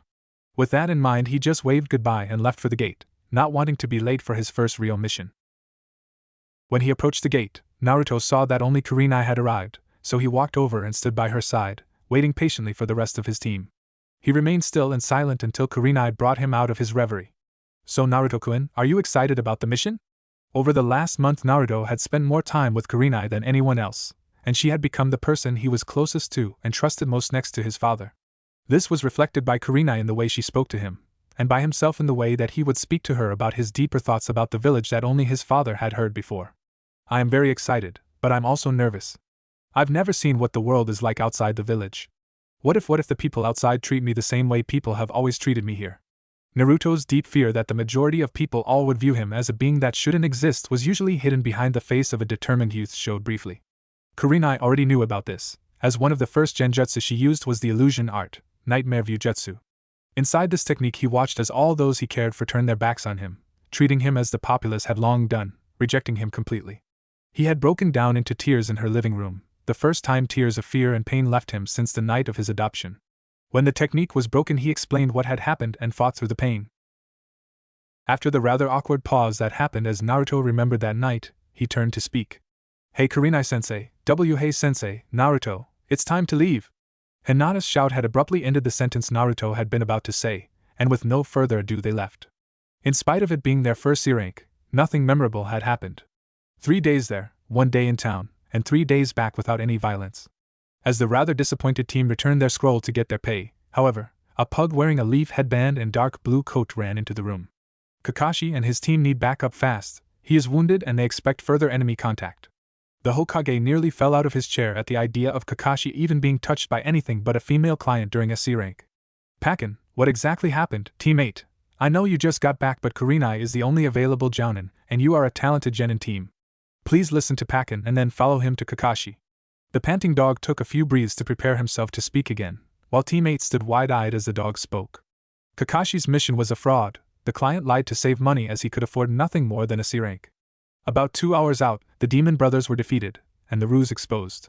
Kakashi decided to continue the mission, as he believed that he could handle any threats brought out by Gato, who wishes to stop construction of the bridge. Zabuza, the demon of the mist, attacked the team however. Kakashi managed to defeat him after being captured in a water prison by channeling lightning chakra through his body and electrocuting both himself and his target. Zabuza was retrieved by a fake hunter Nin that was actually on his side, and Kakashi is currently laid up in bed at the client's home recovering. The small dog was panting again after saying so much, but he looked ready to run back to his master immediately. You heard Pakken, team, let's go back up Team 7. With that statement, Kurenai motioned Pakken to lead them to Kakashi, and Team 8 began a mad dash for the land of waves. It took just 1 day for Team 8 to arrive at the client's house. There they met Tazuna, his daughter Tsunami, and his grandson Inari.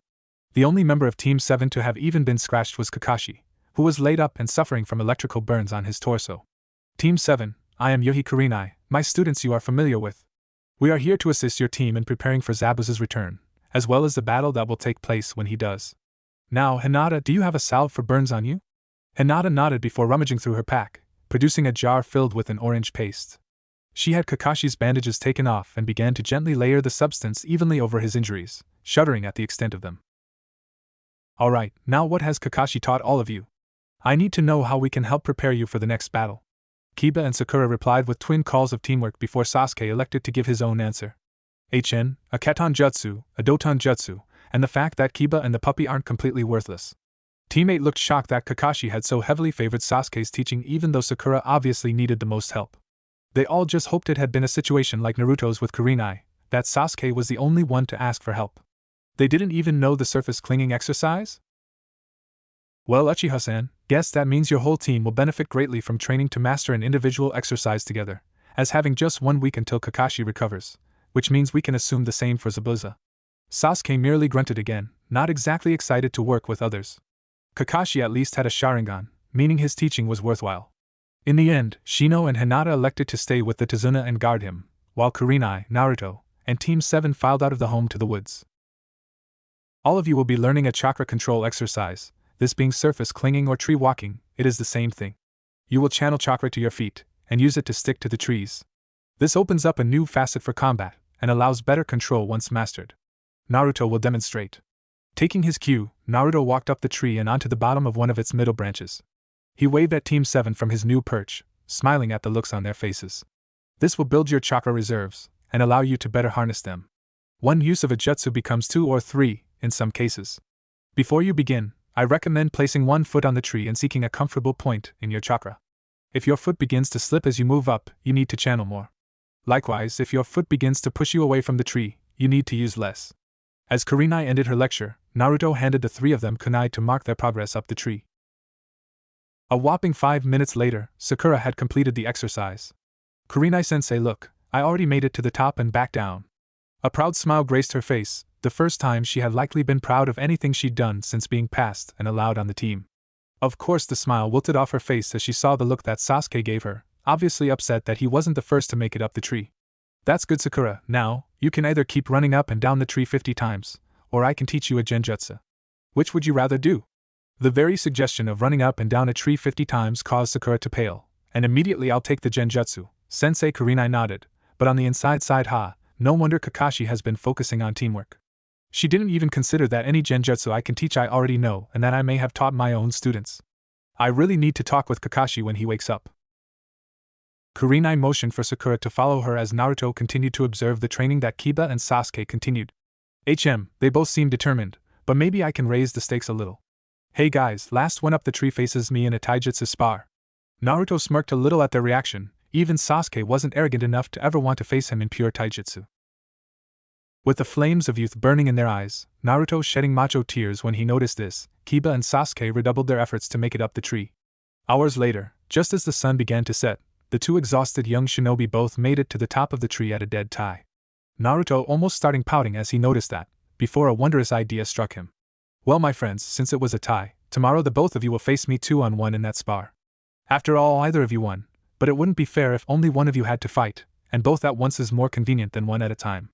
Naruto's bright smile was nearly enough to suppress the looks of sheer terror on the faces of the male genin from Team 7. As Naruto, Kurenai, and Team 7 returned to the house, they were shocked to see an awakened Kakashi sitting at the dining table, a book with an orange cover resting in his hands. The famous ninja turned his head as the group filed in, before giving a strained yo with an obviously pained eye smile. Of course, when he opened his eye and noticed Kurenai glaring at his book, the small amount of already pale skin around his eye paled further, and his book seemingly disappeared from one moment to the next.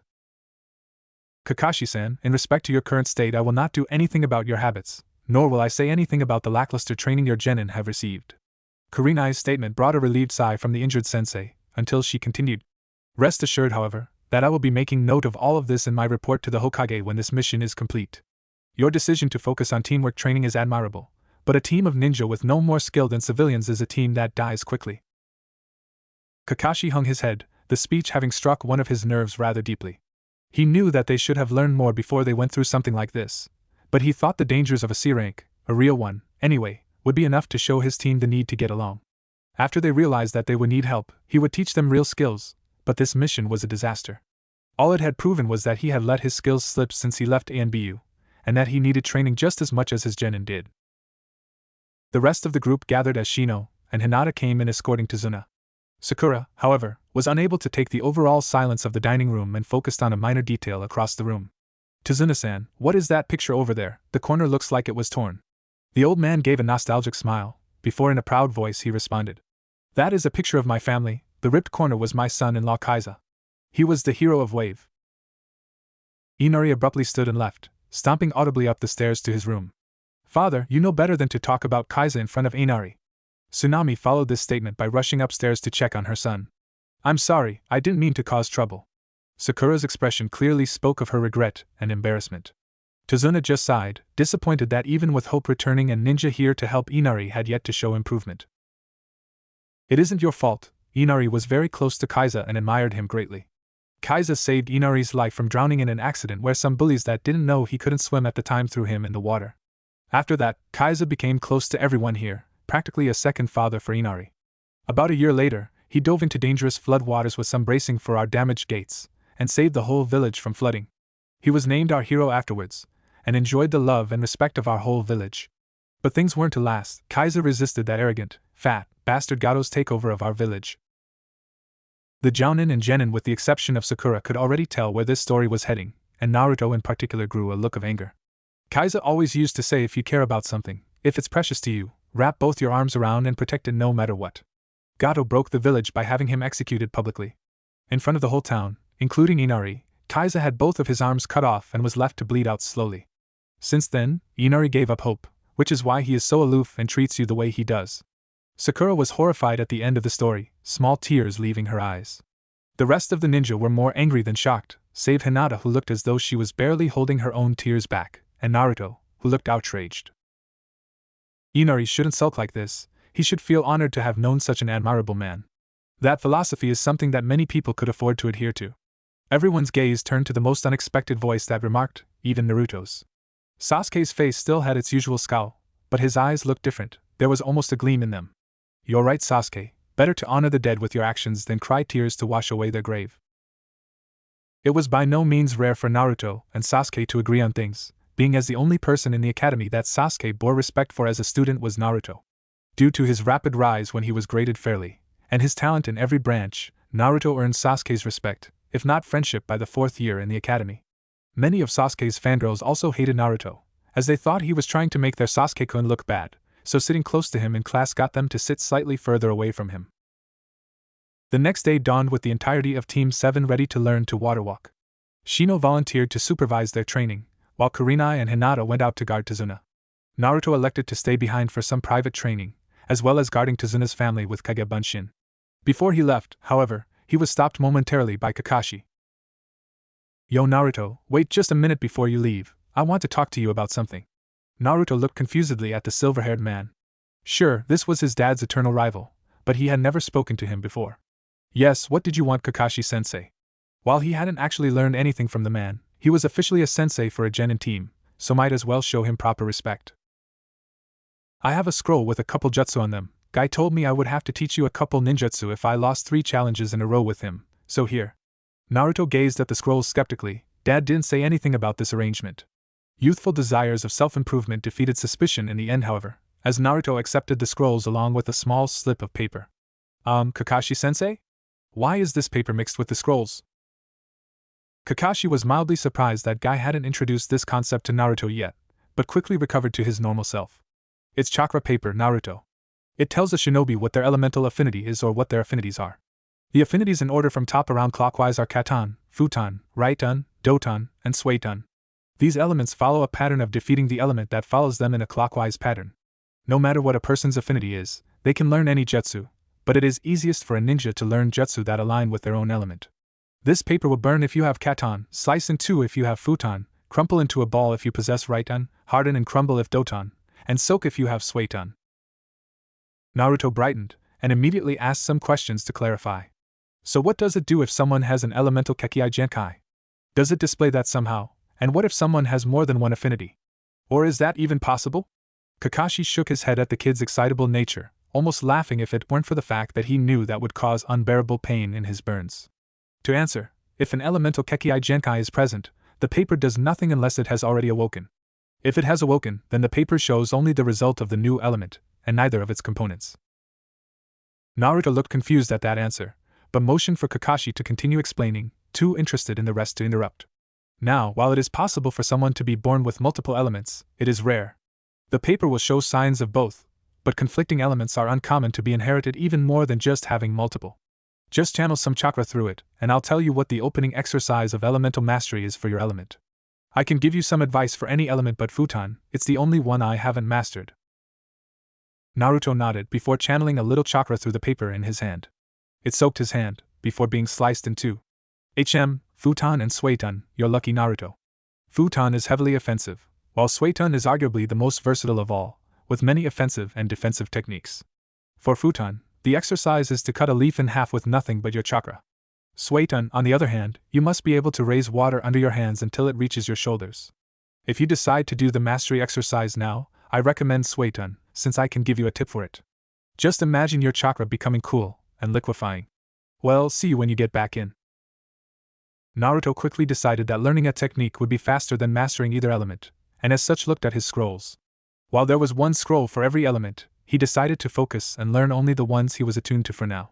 So, after making guard clones and training clones, he opened the scrolls for Suiton and Futon.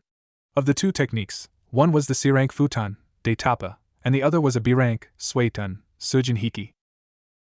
Naruto elected to learn both simultaneously, with 30 clones working on each. Of course, Naruto's chakra control and natural learning rate were both above average. Compounding his progress with the clones was enough to let him master both in just a day. About 20 minutes before dinner, in fact. Kurenai, Shino, and Naruto exchanged information on what had happened between them.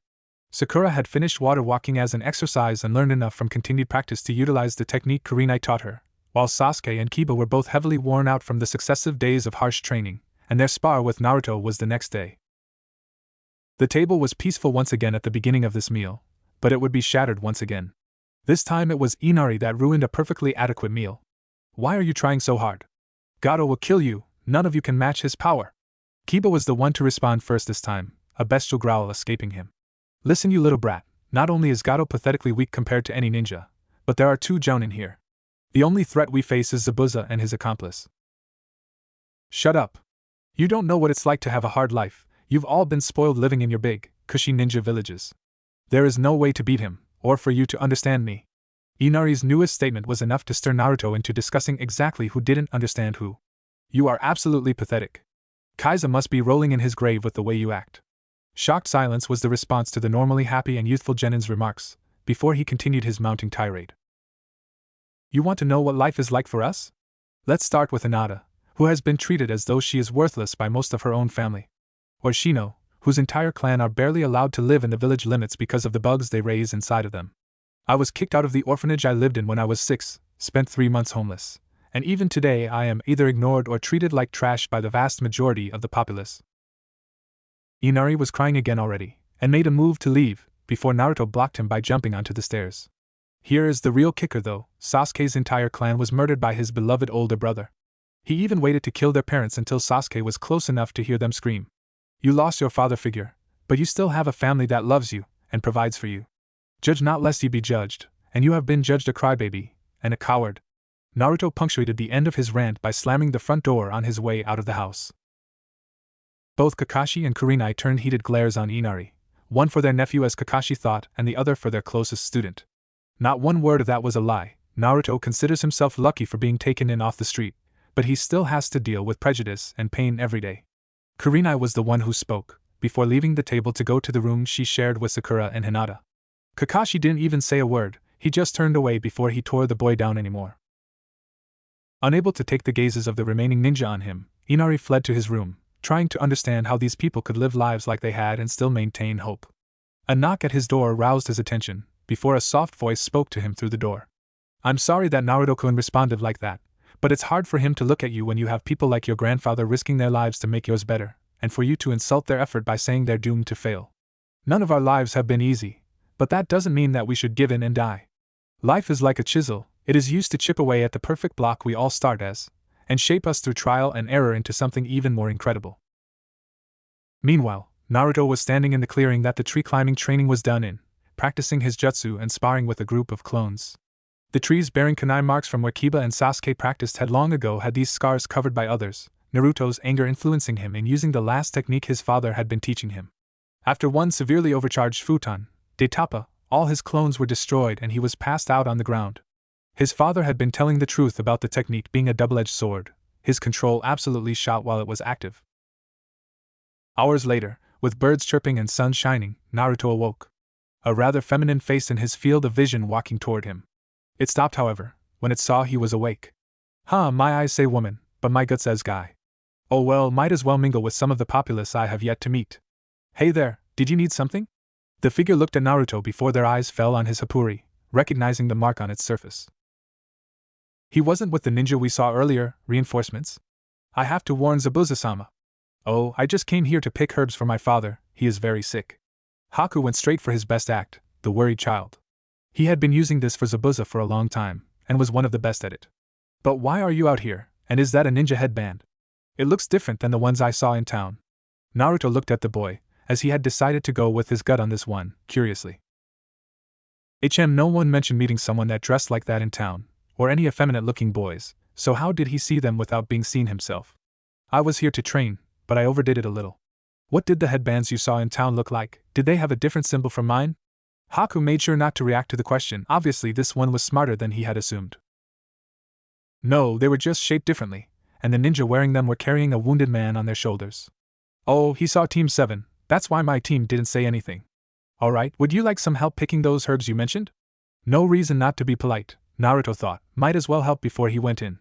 Thank you, they look like this. Haku raised one of the herbs in his basket, glad that he had help in assisting Zabuza.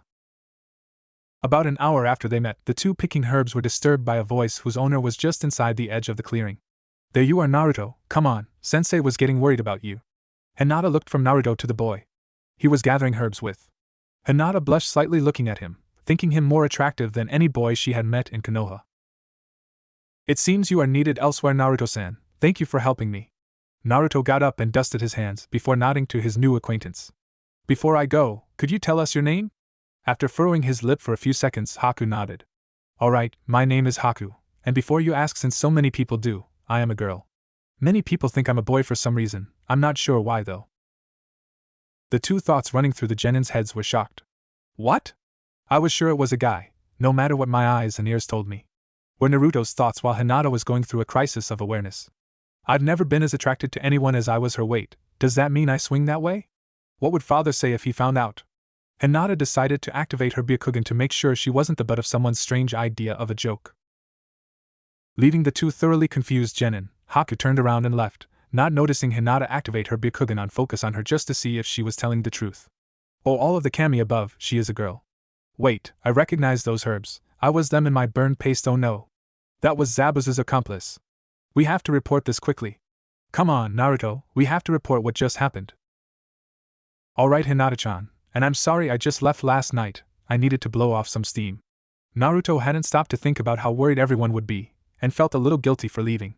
That's alright, Naruto, thanks to you we just found Zabuza's accomplice. Naruto started at Hinata's words before remembering that the herbs they had been picking had orange insides, like the paste Hinata used on Kakashi. When the two returned, Kakashi and Kurenai were both still inside, Shino and Sakura guarding the bridge while Kiba and Sasuke made plans for their fight against Naruto. Kurenai-sensei, Kakashi-sensei, we just met Zabuza's accomplice. She makes medical salves like I do, so it'll only be 2 more days before he is fully recovered. Kurenai and Kakashi both turned in shock, seeing that neither student was harmed. Confused the two. If you met his accomplice, why aren't you hurt? Where is she? Naruto answered this time. We didn't realize it was his accomplice until right when we left. I woke up after training and she was gathering herbs. She said it was for her sick dad and I helped her.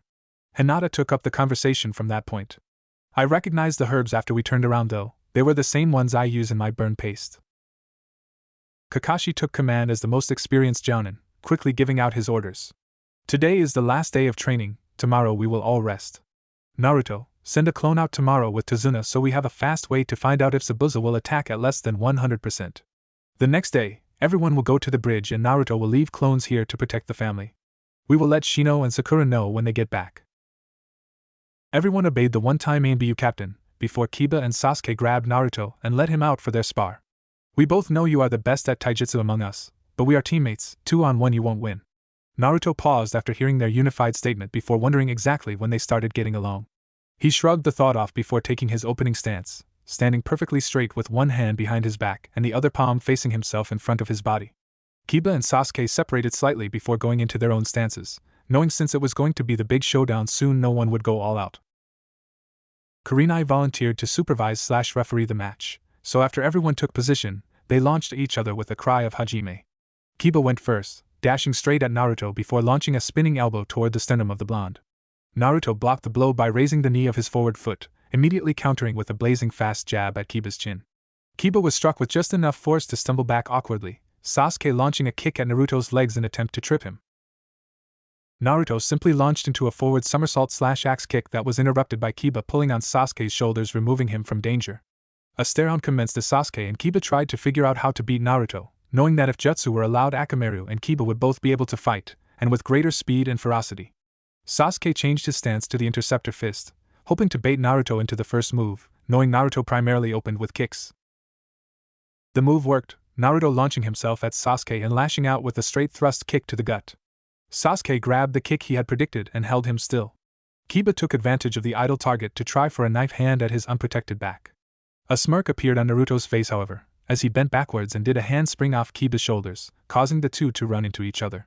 A growl from Kiba and grunt from Sasuke occurred as they faced their opponent yet again. Naruto attacked once more, this time shouting his attack's name. Konoha Senpu! The twirling kick attack took Kiba by surprise, and knocked him out of the circle drawn for the spar. Sasuke focused more heavily on Naruto, determined to get at least one hit on the superior taijutsu user. Naruto's gaze faltered and became disbelieving, his stance faltering slightly. Sasuke took advantage and rushed him with a powerful straight, clipping Naruto as he began to right himself. Naruto dashed under Sasuke after recovering, stopping the counter kick Sasuke launched with one hand and uppercutting him with the other. Sasuke flew outside the circle same as Kiba had, bruised but still conscious. "Sasuke, your eyes!" came a shout from Kiba, who had gone to pick up his teammate. "What? What about them?"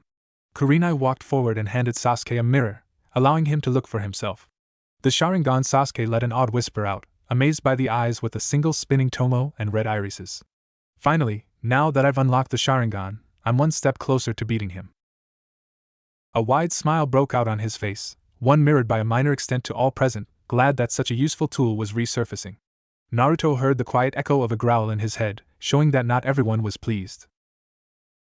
Later the night before the attack was expected, while Naruto was keeping watch, he thought back to the growl he had heard when Sasuke's eyes awoke. "The Kyuubi has been satisfied ignoring everything that happens around me so far, why would the Sharingan bother it so much? I mean, the only Uchiha ever able to control it was Madara, and I doubt that either Sasuke or even Itachi will ever have the strength and prowess he did." A louder growl than after the fight began to build, wrenching Naruto's attention away from his own thoughts. He sighed and made another watch clone, before closing his eyes and focusing on the demon within him. When he opened his eyes, he was in his mindscape, complete with a massive Hokage monument and a brightly glowing sun. Instead of the rest of the village, however, was a giant red cage with a rage-filled demon inhabiting it. "Well, Fox? You've been trying to get my attention, what did you want to say?" Many would be shocked at his casual disregard for the giant, nearly unstoppable beast in front of him, but he had known for years, and while this was only his second time in here, he already knew the Kyuubi couldn't do anything to him. "It isn't wise to act so blaze with me, mortal. I may not be able to affect you right now, but I could always destroy your home after you die." A smirk had developed on the Kyuubi's face, thoughts of freedom and destruction often did that to him. "So why does Sasuke's new Sharingan bother you? Only Madara was ever strong enough to control you, and Sasuke is no Madara." The Kyuubi's smirk shrunk into a near grimace at the memory. Being controlled by Madara had led to his current position, and he was not fond of the experience. "First, stop bringing up that stain on history. Second, I have decided in my infinite wisdom that Sharingan wielders are untrustworthy thieves.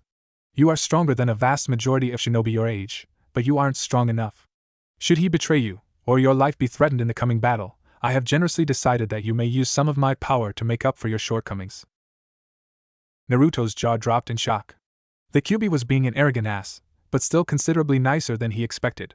After learning about his status as a Jinchuriki, Naruto read up and learned that most of them used the power of their burden when in combat. He had tried and eventually succeeded in contacting the demon, before being blown off for being too weak to ever use its power.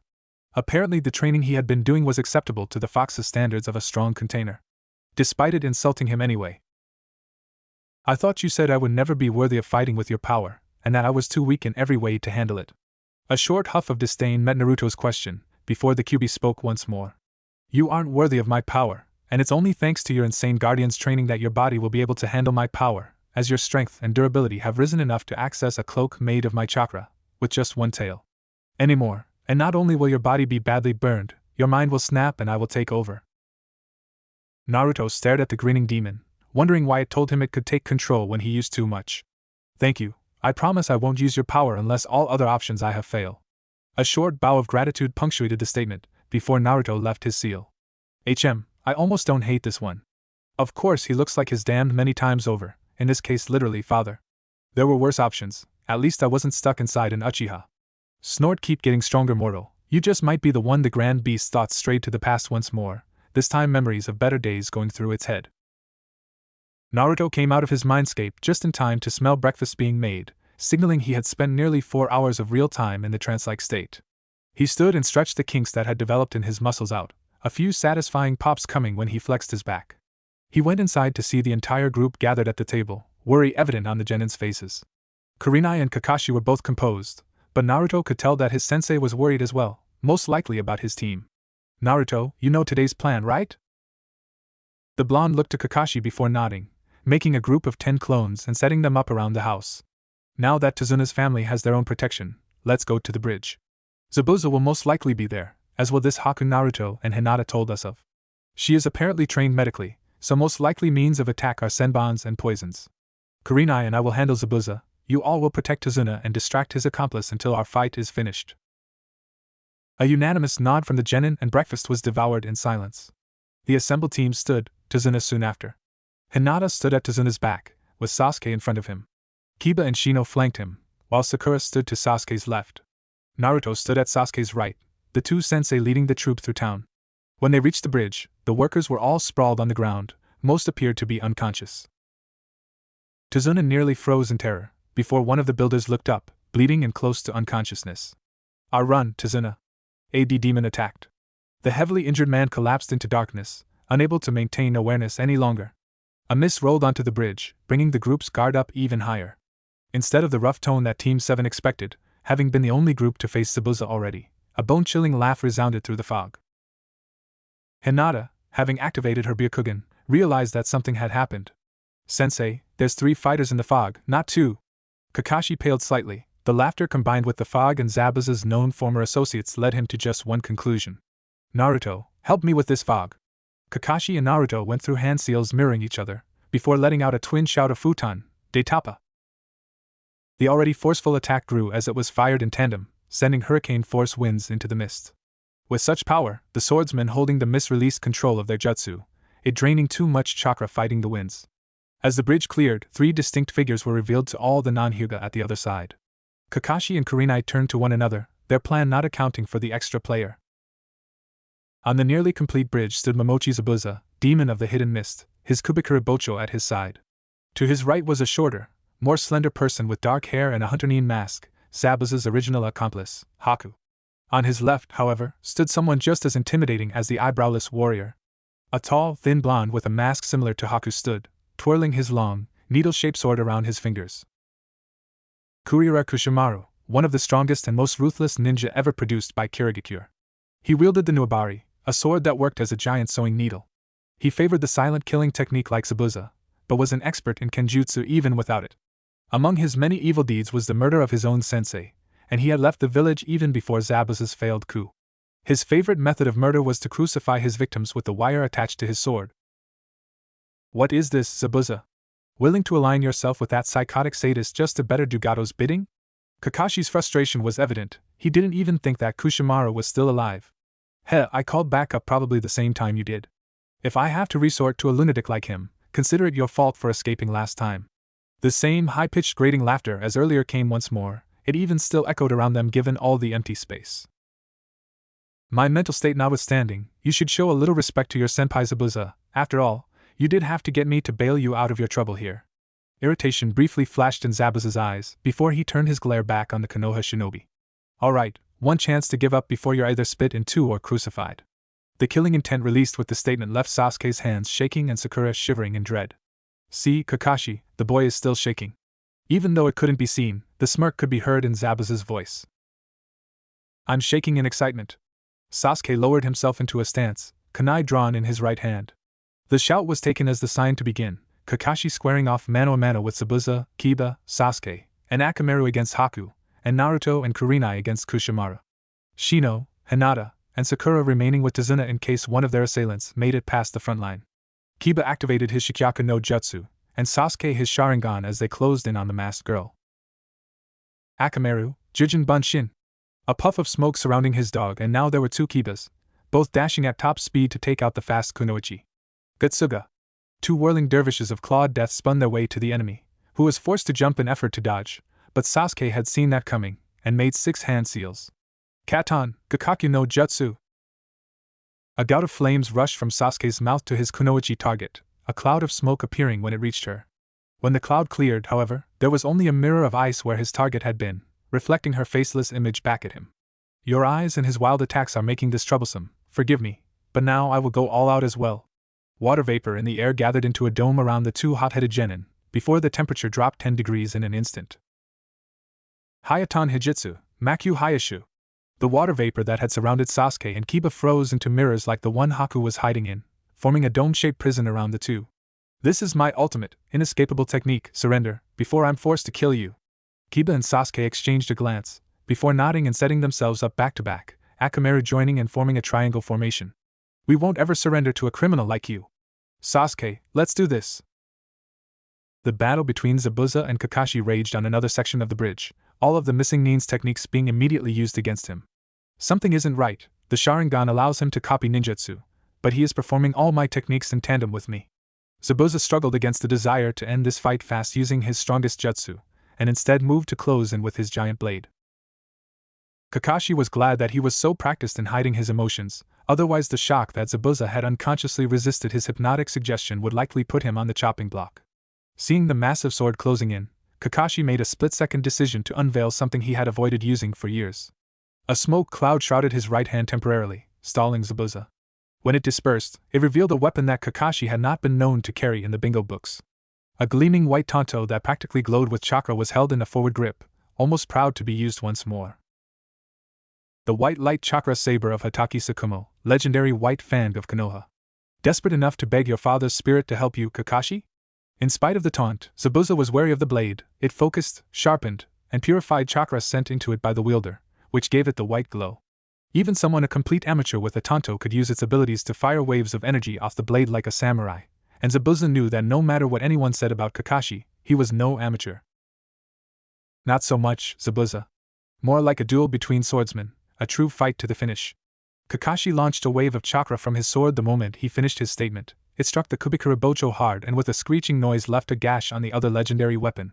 Zabuza smirked once more, his wariness overcome by his love of a true clash of blades. Alright Kakashi, let me show you how it's done.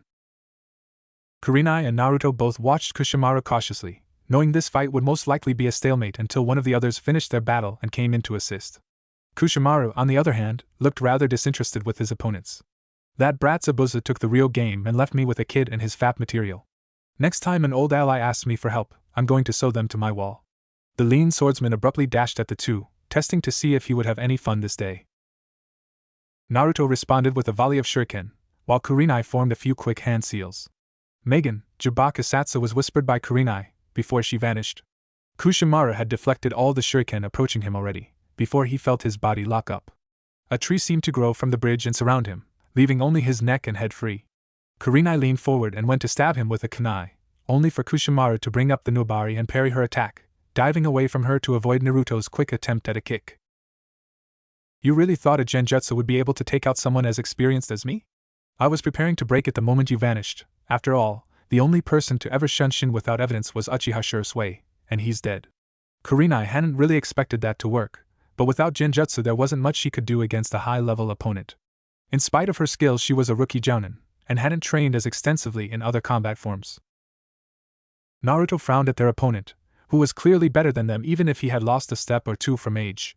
He formed a hand seal, and glowing lines appeared on his outfit. Kai! The blonde swordsman looked on in new interest, Fuinjutsu being rather rare in his experience. Immediately he was set to the defensive as Naruto moved at speeds more along the lines of a skilled jounin than a genin. Kushimaru used his high flexibility to weave through Naruto's attacks, before sending a thrust kick into Naruto's gut and jumping back to make some distance. Naruto quickly righted himself and set up a stance that the old swordsman found familiar. Hand held palm back in front and the other locked behind the back while the fighter stands straight up. That crazy bastard that used the Hashiman to drive the old group back used that stance. Hey kid, you don't happen to know anyone by the name of Mato, do you? Naruto looked shocked that the enemy would talk with him like this, but decided he might as well answer. My name is Mato Naruto, son of the resplendently youthful green beast of Konoha, Mato Guy. This may just be fun yet, after all the kid is too young for the gates, but he is fast and strong.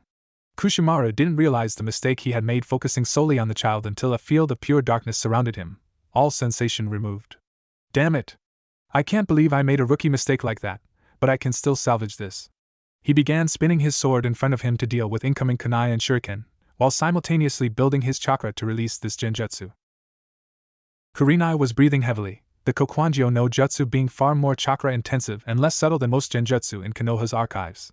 It was also, fortunately, much harder to dispel, and removed all 5 senses, rather than just sight as one would expect. Now Naruto! Even he won't be able to dispel it too quickly. Naruto dashed to get behind the swordsman, his front inaccessible due to the spinning blade. Black cloth fell from under his sleeves, preparing the technique he was sure would win the fight. Sasuke and Kiba were barely able to keep from being put down by the skilled kunoichi they fought. Kiba's and Akamaru's high speed and increased senses allowed them to react fast enough to typically avoid most needles, though Akamaru was running low on chakra. Sasuke was using his Sharingan, which had gained a second tomo from the struggle, to deflect the Senbon with a kunai. Hey Mutt, I think I know what to do. Kiba had heard Sasuke's whispered voice, understanding that a plan had finally been made. He nodded when Sasuke explained what to do, even though he found it distasteful. It was something a smart ninja would do. Stop! We surrender already! The reverse from the earlier position of never giving up surprised Haku, but as she couldn't hear what Sasuke was saying nor had she seen him speak, she accepted their surrender. You should have done so far earlier, but I will grace you with your lives. Haku wasn't fool enough to leave her mirrors, but she did do exactly what Sasuke was hoping for, and look him in the eye. In spite of not possessing his Sharingan long, Sasuke had read about every technique it was capable of, and hoped his plan would succeed based on his earlier test with Kiba during training. Haku was exhausted from keeping her dome up so long, and needed to get some rest or take a food pill. Her eyes shut moments after looking the Uchiha in the eye, never noticing that his 2 tomo were spinning slowly counterclockwise. The mirror dome shattered as its creator drifted into sleep, Sasuke following after from chakra exhaustion. Kiba made sure to tie up their foe before bringing Sasuke and their captive back to the remainder of their team. The ringing sound made by the clashing of Zabuza and Kakashi's blades continued unabated for the whole time Haku had her mirrors out. Kakashi didn't have the stamina that Zabuza did, but he had a far lighter weapon and his Sharingan didn't take much chakra when he wasn't using its abilities. A quick duck and another shallow cut appeared on Zabuza, who seemed to be channeling some sort of Berserker Gang abilities and shrugged off the slew of cuts on his body, as well as the scratches adorning his sword. A backflip to gain distance and Kakashi fired another energy wave at the monster he was fighting. It was avoided with a spin to the right. Kakashi had been injured just as Zabuza had, a large cut across his torso that his flak jacket had kept from being too severe, and he had switched hands after 3 of his fingers broke in his right hand from Zabuza's heavy strikes. In terms of pure kenjutsu talent, Kakashi was not as good as Zabuza, but he already had a plan to win this fight. All he needed was a distraction to implement it. He weaved sideways and cut a foot off the end of Zabuza's sword by running right on chakra through his dad's old weapon. A sound caught the attention of Zabuza's ears and he turned his head slightly to see out of the corner of his eye what had happened. Kakashi jumped at the chance he'd been given to finally end this match of blades. He sheathed his tanto in a scabbard that had appeared on his back when he unsealed it, and used the only quick kill technique he had that didn't need hand seals to accomplish. Zabuza heard an odd sound akin to a heavy pulse mixed with high winds, and turned his head back from the ruins of Haku's jutsu just in time to see the Yondaime Hokage's famous Rasengan gunning right into his ribs. He felt a terrible pain like his flesh being ground up, hammered, and soaked in acid simultaneously, before he lost his grip on his blade and was thrown back by the force of a small explosion. He barely made it back up to his feet, and all of his ribs were most likely broken from the attack he had suffered, leaving him at his opponent's mercy. Naruto let out a shout that would most likely be the last thing Kushimaru ever heard. Kaimon Kai! Omote Wrench! Just as Kushimaru broke the genjutsu he'd been in, he felt a devastating kick launch him into the air. The young boy that had distracted him for the woman's genjutsu wrapped him in cloth, holding it tightly enough that without his sword, which had been dropped when he'd been kicked, there was no way for him to escape. He felt himself start spinning rapidly as the high point of the arc he was in was reached. He felt his momentum shift so that his head was pointed at the ground. Naruto held on as tight as he could, not letting what he knew would happen from this technique dissuade him. The centrifugal force of the spin worked to disorient the target and to increase acceleration during the fall by drilling through the air. With as hard as he had kicked him and considering how high they were and the fact they were falling towards concrete, Kushimaru would die and Naruto himself would be in no position to move much. Naruto was surprised when he heard Kushimaru laughing one last time, and even more so that he was able to talk during this fall. "I'll see you burn in hell with me, Gaki." Naruto then heard a sizzling noise coming from Kushimaru, one he recognized from his training. "He's covered in paper bombs. Damn it, I haven't made Hokage yet, I don't want to die." Naruto knew there was little chance of him escaping from the explosion soon to happen, and only hoped that none of his fellow shinobi were in the blast range. The two blondes struck the ground with a sickening crunch, the elder shinobi's neck breaking instantly. Naruto was in a great deal of pain from the fall, but he managed to roll away from his foe's corpse shortly before the tags detonated. A bright flash and a wave of heat that seared his back coming from the crater he had just escaped. Naruto was thrown to the ground barely maintaining consciousness, the majority of the team exhausted and badly wounded from their battle. Some, like Kurenai and Sasuke, had little in physical damage but were suffering from chakra exhaustion. Kakashi and Kiba were both out of chakra and badly injured. He still had some chakra left, but he couldn't even stand up on his own anymore. The last thing Naruto heard before blacking out was staccato clapping and a low growl. All the still conscious shinobi turned to the edge of the bridge, where Gato stood behind an army of bandit thugs. "Heh, looks like the baby demon, his per-ice princess, and the scarecrow geezer couldn't hack it, right boys?" A resounding laugh from the mercenaries brought Kakashi's spirits down. As tired and hurt as they were, even pathetic untrained rabble like this was too much for them. "What the fuck, you leprechaun bastard?" How Zabuza managed that shout with the level of damage he had suffered was a mystery, but it still earned a response. "I was never going to pay you, and the way things happened is better than I hoped. Now you're all so weak you won't even be able to fight back while they kill you all. I think I'll take the girls though, good-looking young women can be quite the commodity. The woman I think I'll just keep." Shivers of fear and disgust ran down the women's spines, knowing exactly what scum like him would do. Zabuza just dashed straight through the thugs with a wordless snarl, a menacing aura around him and a grinning demon looking over his shoulder. The thugs stabbed him repeatedly as he ran through them, lashing out barehanded against their ranks, smashing them with enough force to nearly liquefy their internal organs. He caught Gato as he turned and tried to run away, strangling the life out of the little pawns with a wide grin showing his sharpened teeth, his bandages having been torn by a sword blow that exposed the inside of one of his cheeks. Zabuza tossed the body of the now deceased crime lord to the side, before turning back to the thugs. He took 2 steps closer to the group before he fell over dead, the internal bleeding finally bringing the fighter down. "Hey, these guys killed our meal ticket, let's go take what he owes us from the town," one of the thugs said before all of them stopped once again from fear. Naruto had somehow stood back up, a malicious red aura shaped like a fox with one tail covering his body. He just glared at the thugs, before forming 3 hand seals he called out in a grisly voice. "Tatsu ushi tori? Suetun, Suiryu no Mugen no Mai." The thugs stared in horror as all of the water left behind by the mirrors coalesced into a single giant figure. The massive water dragon glared at the thugs with glowing red eyes, before roaring and flying at the group. It struck them 3 ranks in and killed all those in the immediate area. The mercenaries weren't out of hot water yet though, as the water quickly reformed and slammed itself into their group repeatedly. They broke ranks and fled, but none of them escaped. The dragon finally dissipated when no hostile targets remained, along with the cloak of red energy around Naruto. The entirety of Wave's citizenry watched in awe as they had gathered after Tsunami, and Inari had been saved, Inari gathering them all himself. Naruto collapsed unconscious after his technique and cloak faded, Kurenai gathering him up and walking back to Tazuna's home with the rest of the group, all of them too tired to converse on the way back. Kakashi looked at Naruto worriedly every once in a while, fearing that his seal had destabilized. The rest of the genin that were conscious looked shocked by the carnage they had seen on the bridge, unable to grasp what their classmate had done. Later on that night, after she had recovered, Kurenai went back to the bridge and took the Nuibari, remembering that Naruto had once mentioned wanting a sword to increase his skill set. No one knew for sure how Naruto would answer the questions the next day was doubtless to bring. All they could do was hope it was still Naruto they would be talking to tomorrow. Naruto sat straight up the moment he awoke. At first he was confused about what had happened and how he had got into a bed, but then he remembered the rage he had felt as he drifted in between being conscious and unconscious. He remembered Gato shouting about letting the girls live, but taking Kurenai to be his personal toy. He remembered the feeling of Zabuza's power as the juggernaut of a man had launched himself at Gato and killed him. Naruto remembered how he had drawn the Kyuubi's power to keep himself conscious, but the power boost had been enough to use the Suetun, Suiryu no Mugen no Mai, Dance of the Infinite Water Dragon. That brought to mind how he had killed every last one of the thugs still standing, crushing and drowning the hundreds of bandit mercenaries that Gato had brought. He shivered. He knew that as a shinobi he would have to kill at one point, but he hadn't expected his first time killing to be a massacre. Thankfully, the mix of the Kyuubi's volatile chakra, which numbed all emotions but rage, and the advice his father had given him and Lee about killing and how a person was only bad or evil if they enjoyed it, had kept him from freezing up during the combat. Naruto's thoughts were interrupted as a soft voice called to him from the doorway. "Naruto, I'm glad to see you're awake. Are you alright?" Naruto looked at his sensei and smiled. Kurenai's regularly immaculate appearance was frizzled, her hair not exactly where she liked it, and bags under her eyes.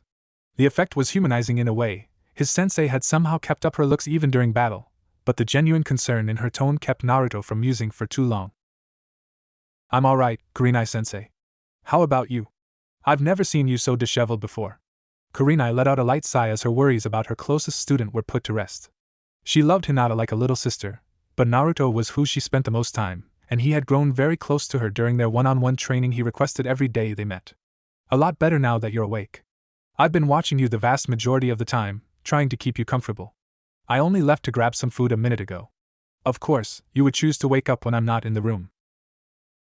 Naruto felt his cheeks slightly flush at the idea that Kurenai had stayed up so long to make sure he was alright while he was unconscious, but thankfully the lights were off in the room and she didn't see.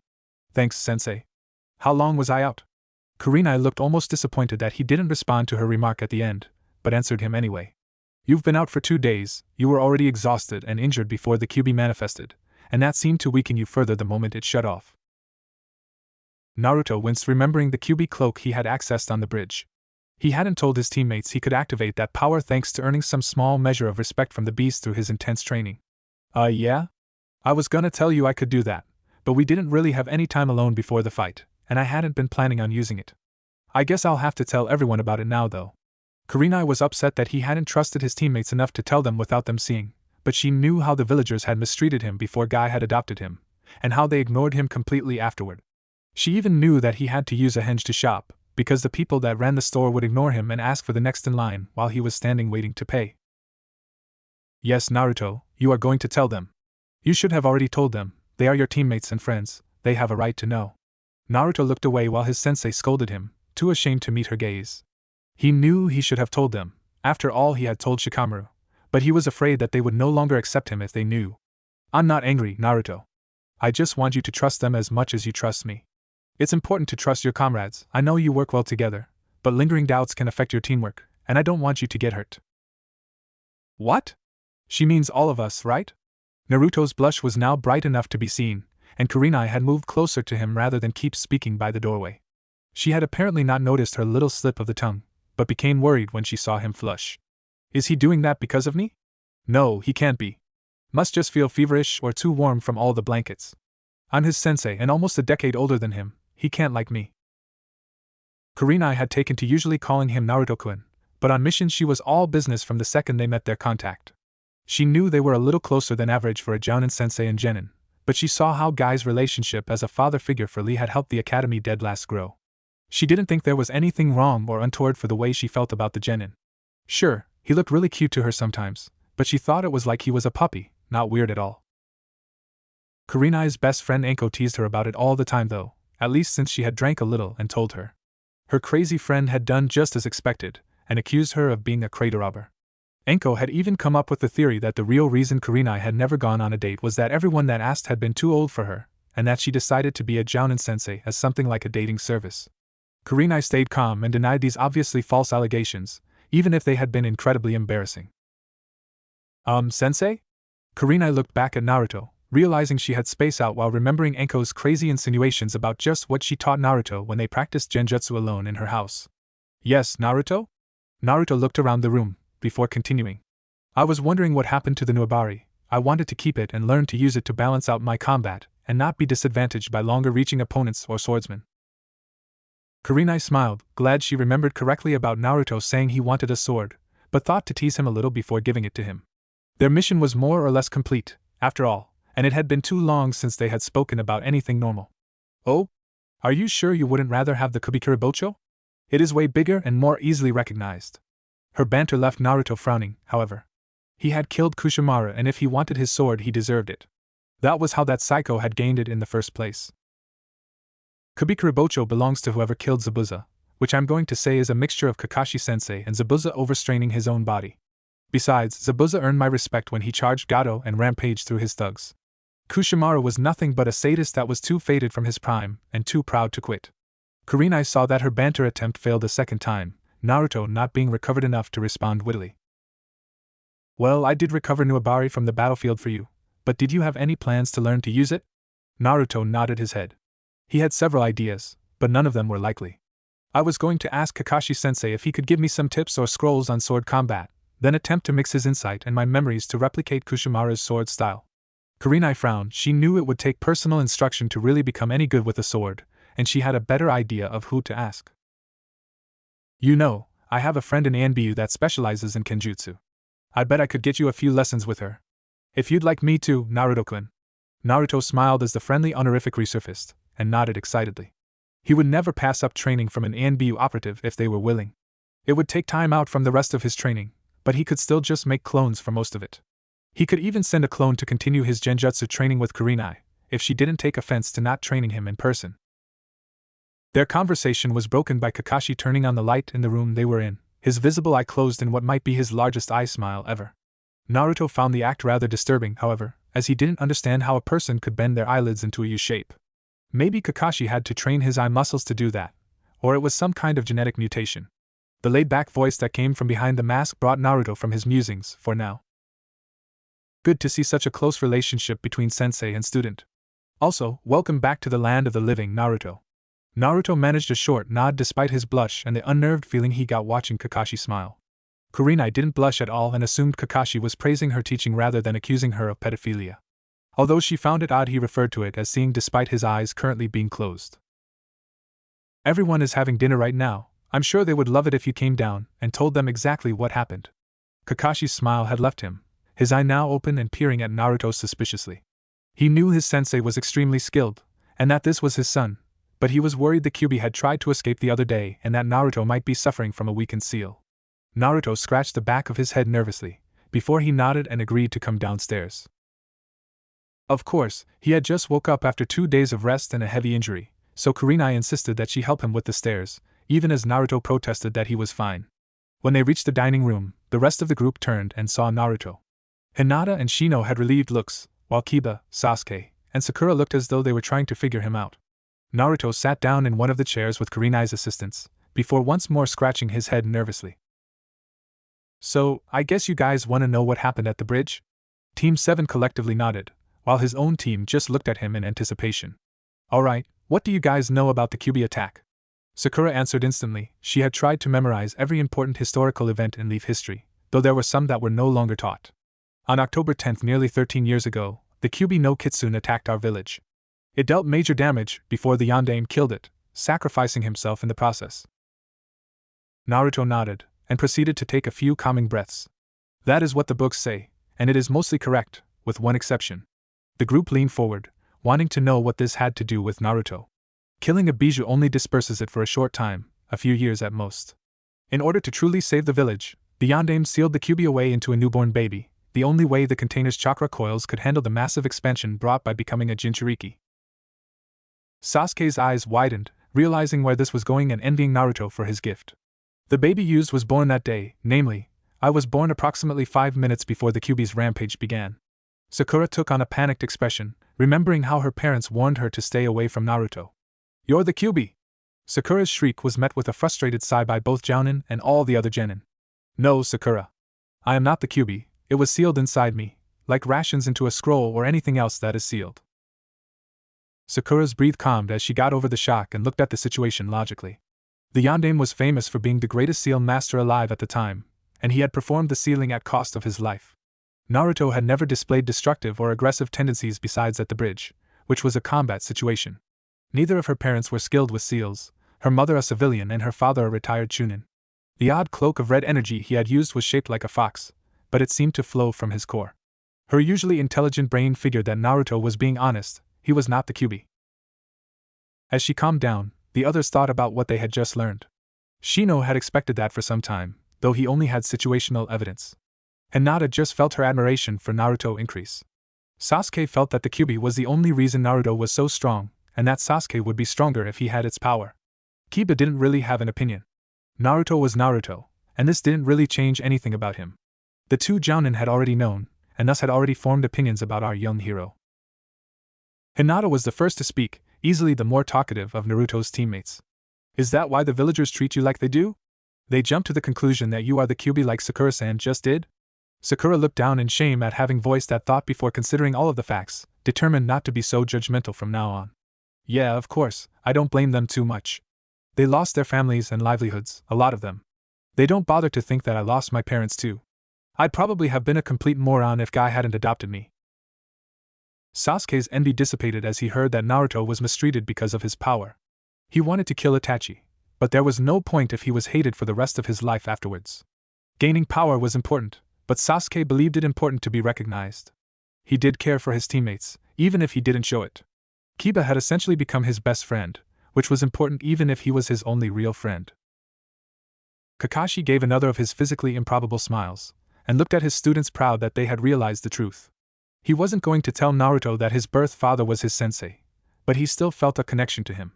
He had no idea that Naruto already knew, or he would have offered him a lot more than just the few scrolls he had given him. Naruto, however, already knew that Kakashi was his biological father's student, and planned to discuss it in private when he asked about using his sword. Tazuna and his family had been silent for the story, and none of them felt any animosity for the hero of their country. They hadn't lost anything in the Kyuubi attack, and Naruto had saved them from being overwhelmed by Gado's thugs. They didn't really understand too much about what he was talking about, but it seemed that he was the same as before and he didn't look like a fox, so he wasn't one. Naruto was glad that as soon as Sakura's misunderstanding had cleared, everyone accepted him. Oh, Kakashi-sensei, I want to ask you about something. Kakashi looked at Naruto as the conversation veered to easier subjects, his lazy gaze hiding his impressive mind. I'm going to keep the Nobari, and I was hoping you could help me a little with some advice or something so I can get started training with it. Kakashi was thrilled to have another opportunity to help his sensei's son, and agreed to meet Naruto outside in an hour. Kurenai objected, saying that Naruto should rest more, but Naruto stated that he was fine and 2 days was more than enough sleep. When the two of them got outside, Naruto brought up something that he felt Kakashi should know. Kakashi-sensei, I know who my biological parents are, and I know my dad was your sensei. Kakashi was shocked. When had Naruto found out? If the Hokage knew, why didn't he tell him? These questions burned through his mind before coming up with his own answer. The physical resemblance to the Yondaime would become more prominent if Naruto was seen around known acquaintances of him. That included both Kakashi and Jiraiya. If Kakashi's guess was right, Naruto's knowledge was kept from them for the same reason he hadn't been able to help Naruto in the open by adopting him. How did you find out, Naruto? It was supposed to be an S-rank secret. Naruto grinned and gave a nice guy pose, bringing a subconscious twitch from Kakashi. One of my classmates told me I looked a lot like him, and I bothered Gigi until he told me when I asked for a paternity test. I could swear he was glaring at Dad though when I said paternity. Kakashi's sweat dropped. He knew that Naruto would never have learned what that word meant without either engaging in the activity to cause it or Guy telling him. It was probably a good thing that Guy had though, now Naruto had some of his mother's things at least. He would have to make Chunin to gain his father's, but Naruto would most likely do that on his first try. Well, Naruto, if you already know, then I guess I can tell you about him while I show you the basics. 3 hours later, a winded Naruto and Kakashi came back to the house. Naruto's stamina wasn't completely recovered yet, and Kakashi had neglected his training since leaving ANBU enough that he was tired as well. His injuries and fatigue from the bridge played a large part in his exhaustion though. Naruto was smiling brightly though, glad to have learned a little about his first father. To Naruto's surprise, an extra person was in the dining room from when he had left. The kunoichi that had helped Zabuza was being convinced by Hinata that she should join them and come to Konoha. Wild promises about her being treated practically like she was royalty for having a Kekkai Genkai and about the world's most delicious cinnamon buns being used as evidence. Hinata even promised that she could still be a kunoichi if she wanted and that she would be her bestest friend if she agreed to come. Haku eventually relented, more interested in Hinata's promise to help her think for herself and be her friend than the cinnamon buns. Naruto briefly wondered why, until the rest of the team gave him Haku's backstory that Hinata had apparently pulled from the quiet girl, while he was out. She had come from Kiri, where Kekkei Genkai were purged as being evil, and had been taken in by Zabuza because he gave her a purpose. Her father had killed her mother, then attempted the same on her. Ice spears rose from the ground and saved her, but she had lost her will to live. Naruto promised he would ask the Hokage to take her in himself, as he had a special relationship with the man. Both Hinata and Haku had thanked him for his support, Haku overwhelmed by the kindness these people that she had fought against showed her. Naruto shrugged off their thanks and returned to bed, too tired from straining his recovery to stay up the rest of the night with his fellow genin. Kurenai had already gone to bed, no longer keeping herself awake with worry and not having to watch over Naruto now that he was awake.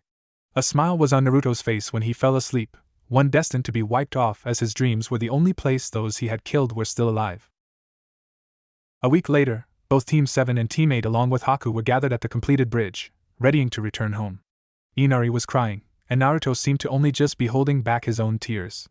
His efforts proved in vain when Tazuna announced the name of the bridge, however. Thank you from the bottoms of our hearts. We would like you to take this letter guaranteeing cheaper trade rates to the Hokage, and welcome you all back anytime you wish. It is all thanks to you that the great Naruto bridge is complete. Naruto's tears finally managed to break free when the name was announced, the gratitude and appreciation from these people more than he was ready for. Everyone smiled at Naruto as he bowed his head in respect to the people of Wave, where he was first labeled a hero. After a quick promise to return one day, the assembled ninja and their new friend turned and left, cheers following them for the first few minutes of their journey. The return trip was not at the breakneck pace they had used to reach Wave, but was faster than Kakashi's pace had been when his team had made the original journey with Tazuna. Naruto spent what spare time they had practicing with the Nuibari under Kakashi's advisement, and refusing to teach Sasuke the jutsu he had used to defeat all the thugs. Sasuke was upset until Naruto explained that he simply had yet to gain enough chakra to use the technique, as it took twice as much to form as a regular Suiton, Suryuden no Jutsu, Water Dragon Bullet, and its cost increased the longer it was active. Hinata spent most of her time convincing Haku to open up to her, and telling her about everything she was legally able in Konoha. Shino looked around at the bugs mildly, but didn't see anything he was unfamiliar with. Sasuke got Kakashi to give him a couple jutsu scrolls for right-on techniques as his team had their affinities tested by Kakashi back in Wave. Sakura practiced repeating her hand seals for genjutsu as fast as she could, speeding up whenever she felt comfortable. Kiba just worked on the exercise Kakashi gave him, channeling Doton chakra into a rock to make it bigger. When the gates of Konoha appeared, the team was definitely ready to go home. They knew that they would have a lot of work and explaining to do when they met the Hokage, but for now, they just let the sight of their home, hopeful home, in Haku's case, wash over them. Naruto smiled, excited to start training with his sensei's friend, and eager for whatever would come next. So, Kakashi, you decided to wait to signal back up until after you fought Zabuza, rather than when you were far closer and had just beat the Demon Brothers. If demoting you back to Genin and making it illegal for you to own Ika were options for punishment, I would use them. After I let you have a friendly spar with Enma and I. The Sandaime kept up the same kind look he usually had, but his promises of cruel and unusual punishment were all the more disturbing because of it. Kakashi was quaking in fear at the thought of no smut to read, but the idea of sparring with the Sandaime and Enma was ludicrous. Kakashi was good, but without the Sharingan he was an underpowered version of his father, and even the White Fan would never have been able to beat Sarutobi Hiruzen in a straight match. Hell, he doubted that his father and the three Sannin all together would have been able to beat the man in his prime. Sarutobi was just that good. Now I also have been told by Kurenai that you neglected to teach anyone but the Uchiha on your team any practical skills. Tell me, is training one arrogant child to be minimally useful for solo missions and leaving your two other students to die a good example of the teamwork you so defend? Kakashi winced from the low blow. He had been planning to teach at least Sakura something, but she had never even once asked him. The whole reason he did a C rank was to show his team the dangerous life shinobi led, but the danger of this particular mission was too high. Be grateful that the acquisition of the Nuibari and a prospective new Kekkei Genkai in the village will make the elders happy enough to leave me alone for a few weeks, otherwise my bad mood would be taken out on you. You aren't getting paid for your next 6 months of missions as my lenient punishment. Kakashi held back a sigh. A new Ika was due out in 2 months, and the exorbitant cost of buying signed first editions meant he would either buy it and skip a few meals, or have to settle for a regular copy. His stomach would hate him for this. I understand and accept your mercy, Hokage-sama. Now, if there is nothing further. The Sandaime shook his head, signifying that Kakashi would stay while he talked to the combined teams, Kurenai having sent a basic report ahead. Bring the rest in. A shadow appeared at the Hokage's door and let the remainder of Team 7, as well as Team 8 and Haku inside. The assembled group inclined their heads in respect to the old warrior, before he began speaking once more. You all have accomplished much in this mission, securing a favorable trade agreement with Wave and acquiring the Nuibar marks far more than an average pay for an A-ranked mission. Naruto, you are free to keep the blade as your own, in lieu of bounty on Kushimaru. Naruto nodded his head gratefully, not willing to speak until the Hokage was finished. Now then, Yukihaku, I believe? The slender girl gave a quiet affirmative, before the Hokage continued. The advance report stated that Zabuza had raised and trained you for several years until now, and that with his death you have come to Konoha to seek new purpose in life.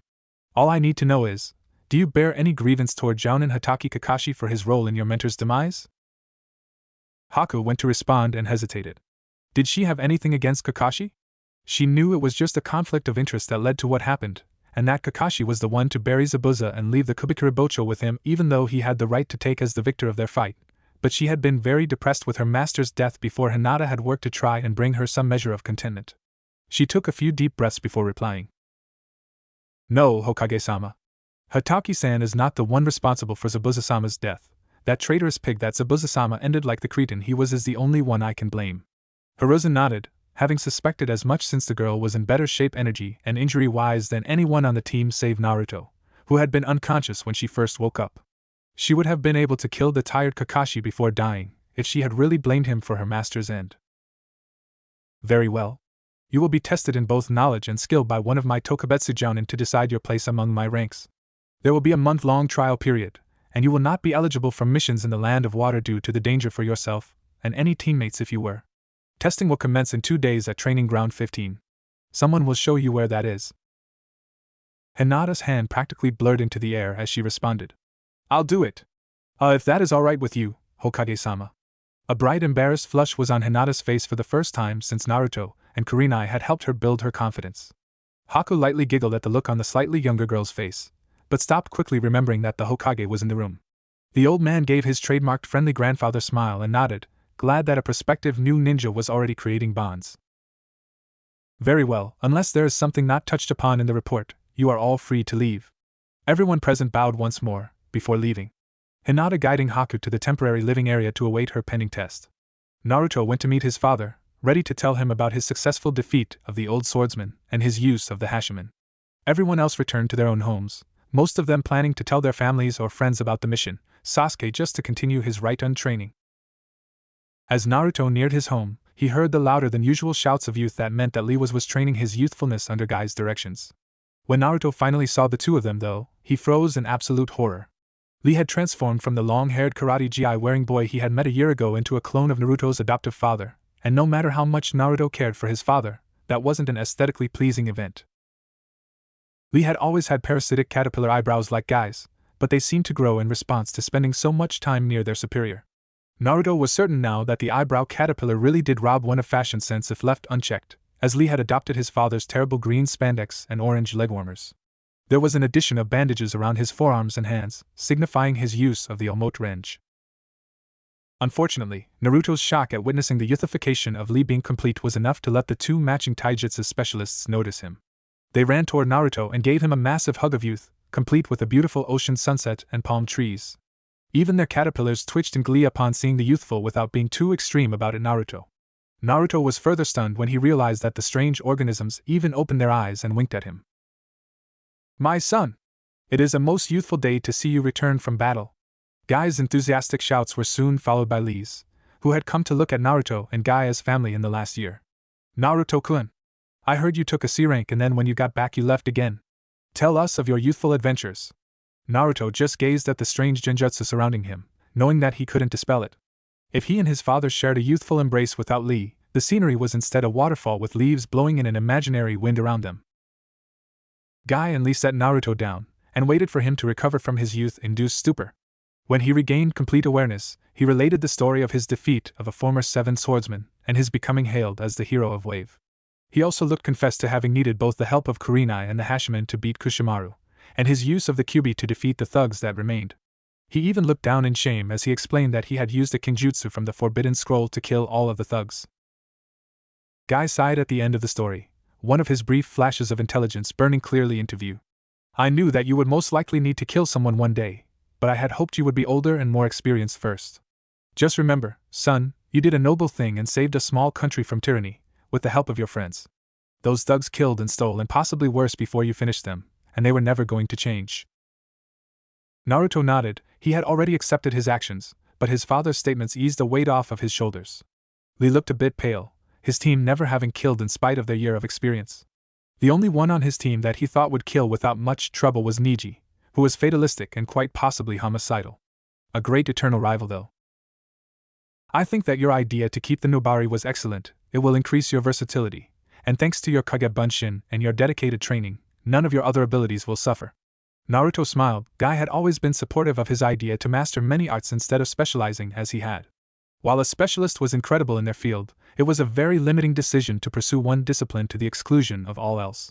It worked best for fuinjutsu and medical ninjutsu, as specialists in these arts often were not sent into combat.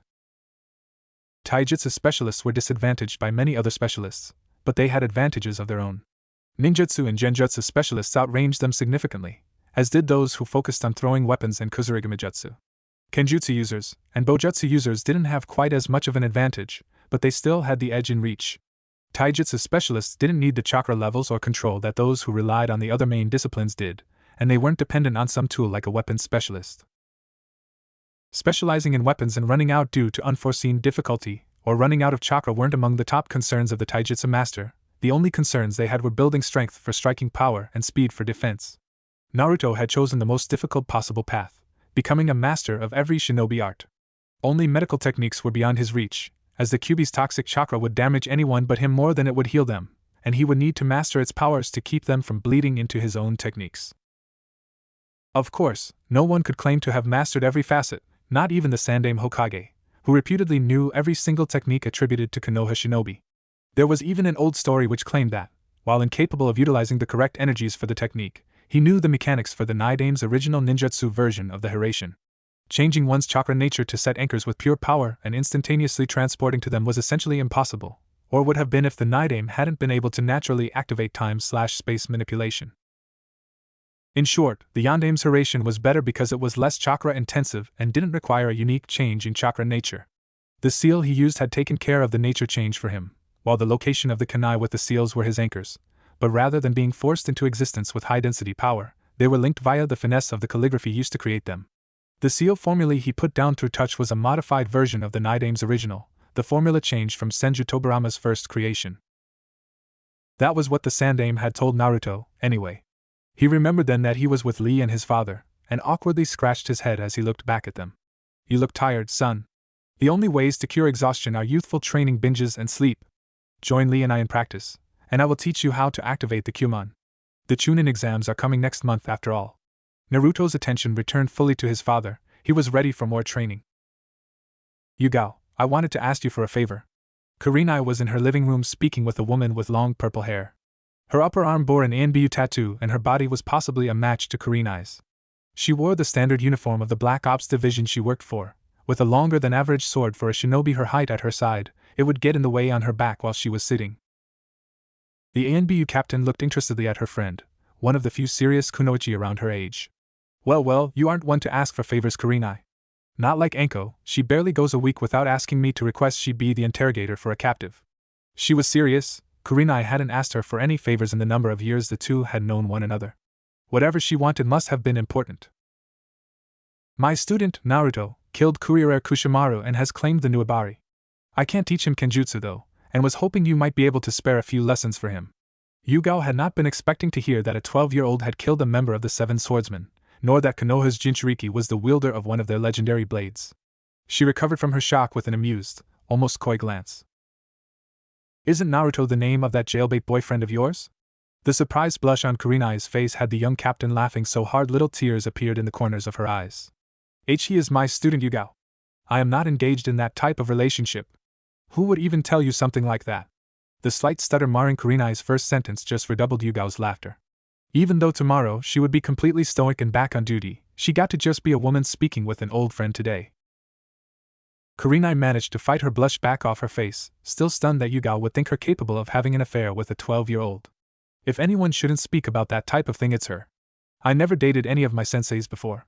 Of course, Kurenai had never dated anyone before. She had been far too focused on her career, Genjutsu mastery being a slow road to promotion in most circumstances, she had only made Jounin a few months before she had gained her team. Yugao finally managed to answer Kurenai's query when she regained her breath. Enko did, of course. You should know that she is the only person we both talked to. Kurenai faintly remembered accidentally referring to Naruto as cute when drinking with Enko once, which had led to her moving from being a light social drinker to a teetotaler. The next day she had been woken up by Enko in a henge looking like a shirtless Naruto. Easily the most awkward morning of her life. Yugao had managed to consider the idea while laughing, and since Hade was busy for a while, she supposed she didn't have anything better to do during her day off. Some ANBU used to receive 2 days off a week, before the Uchiha military police had been destroyed. It was only due to her shining record and meteoric rise through the ranks that she had one every week, rather than the standard every other week. Alright, I guess I can help your boy toy out a little, but he will need to fight differently with that sword than I do with mine. It favors thrusts and can be used at range because of its wire. Kurenai left her indignant thoughts behind when Yugao agreed. She only hoped Naruto would be able to learn to effectively wield the sword quickly. She planned to enter her team in the Chunin exams. First, she would have to catch up with her other students' training. They had never stayed behind to ask her questions or receive more training like Naruto had. A woman with pupilless honey eyes and purple spiked hair walked up the steps to the Hokage's office. Hers short skirt and fishnet top turned heads, though when people saw who they were looking at most quickly turned away. Mitarashi Enko was playing with some kunai in the pocket of her large trench coat, wondering what she was being called up for today. Last time had been because a wealthy and influential merchant had accused her of mentally scarring his daughter, who had espoused wanting to leave the family business and be a kunoichi after seeing the beautiful TNI member. The sandaime had called her in, told her what happened, and then waited for her to finish laughing.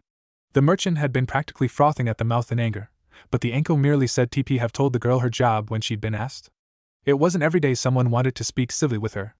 The sandaime just told the man that his daughter could be a kunoichi if she wanted to, and proceeded to dismiss him from the room and ignore him as he shouted on his way out. Too bad she couldn't remember the girl's name. She had apparently become a kunoichi and had been the best in her year. Maybe she should ask Kurenai when she got back from her trip to Wave. The presence of the Hokage's office door brought Enko from her thoughts, the soft command to enter carrying through. The sandaime usually wasn't waiting so eagerly for visitors that he actually used his skills to detect incoming shinobi. He had too much paperwork for that. When Enko opened the door, the old man wasn't even frowning, which might have been the first time he wasn't when she was called in. Maybe Danzo had stopped resisting her attempts to gain promotion or something. Sit down, Enko-chan. Hiruzen's ability to make people like him had only increased as he aged, his wise eyes and kind smile typically making anyone he talked to think of family. Enko, however, was immune. What did you need, Hokage-sama? You are in too good a mood for me to be the subject of a lawsuit again. His smile only widened. He loved bantering with some of his ninja. He had enjoyed bantering with Kakashi at first, but his excuses for being late just got worse as he aged. Ah yes, Tenten-chan's father was very unhappy she decided to be a kunoichi. Her obsession with Tsunade-chan, and you strikes me as more odd than an adventurous spirit though. Enko sighed. She was on her way to get some dango when an ANBU had told her to come to the office. I didn't call you here to wax nostalgic about old bouts with paperwork though. A new kunoichi prospect with the Hayatan Kekkai Genkai needs to be tested for rank in 2 days. The venue is Training Ground 15. You will test her. Enko didn't even think that the Hayatan was even still around. Where was she found? Kurenai's team brought her back from Wave. She had been serving Momochi Zabuza. Enko assumed she had been either poisoned or surprised to be taken down, or that Kurenai had done it since Kakashi outclassed her Ravenet friend.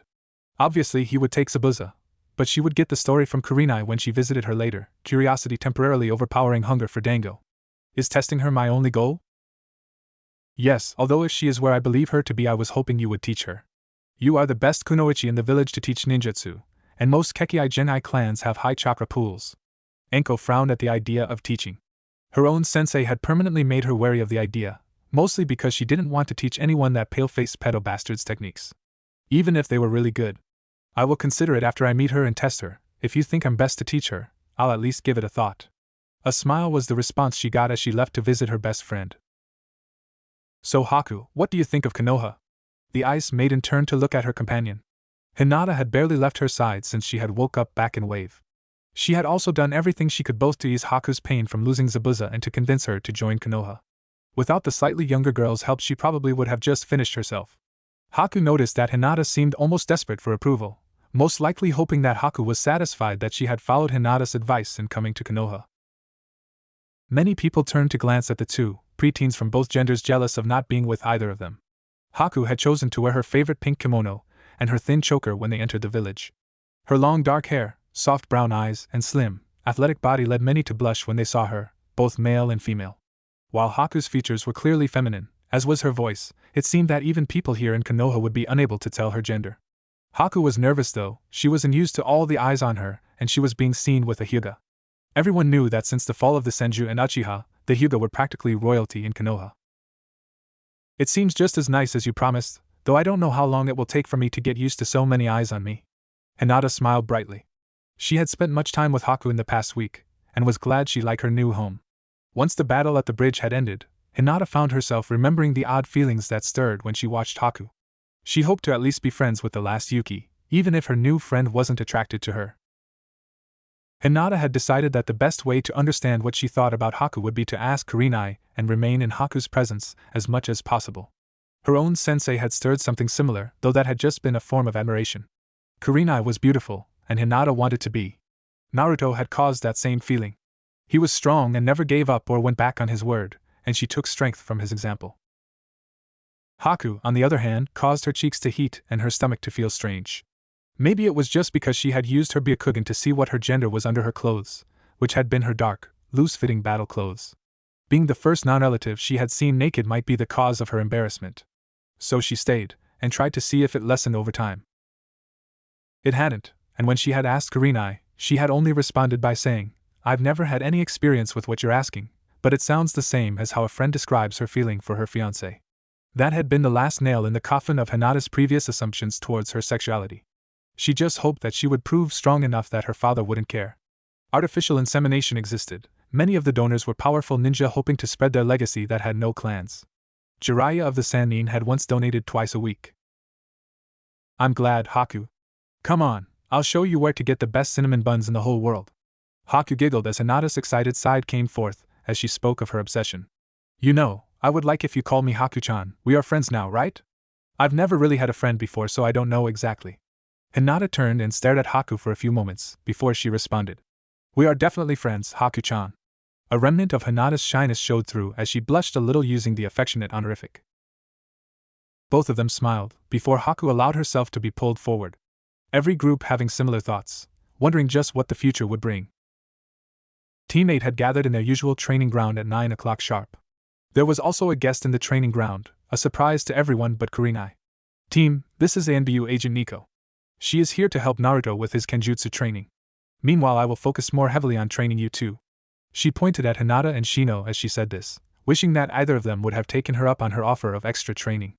On the few days when Naruto left without training individually with her, either of her other students took advantage of her bonus training. Naruto remembered Kurenai saying she would ask an ANBU friend of hers to help him, but he didn't think she would show up the first day back from Wave. From what he could see, she had a figure just a tad slimmer than his sensei's, and long purple hair.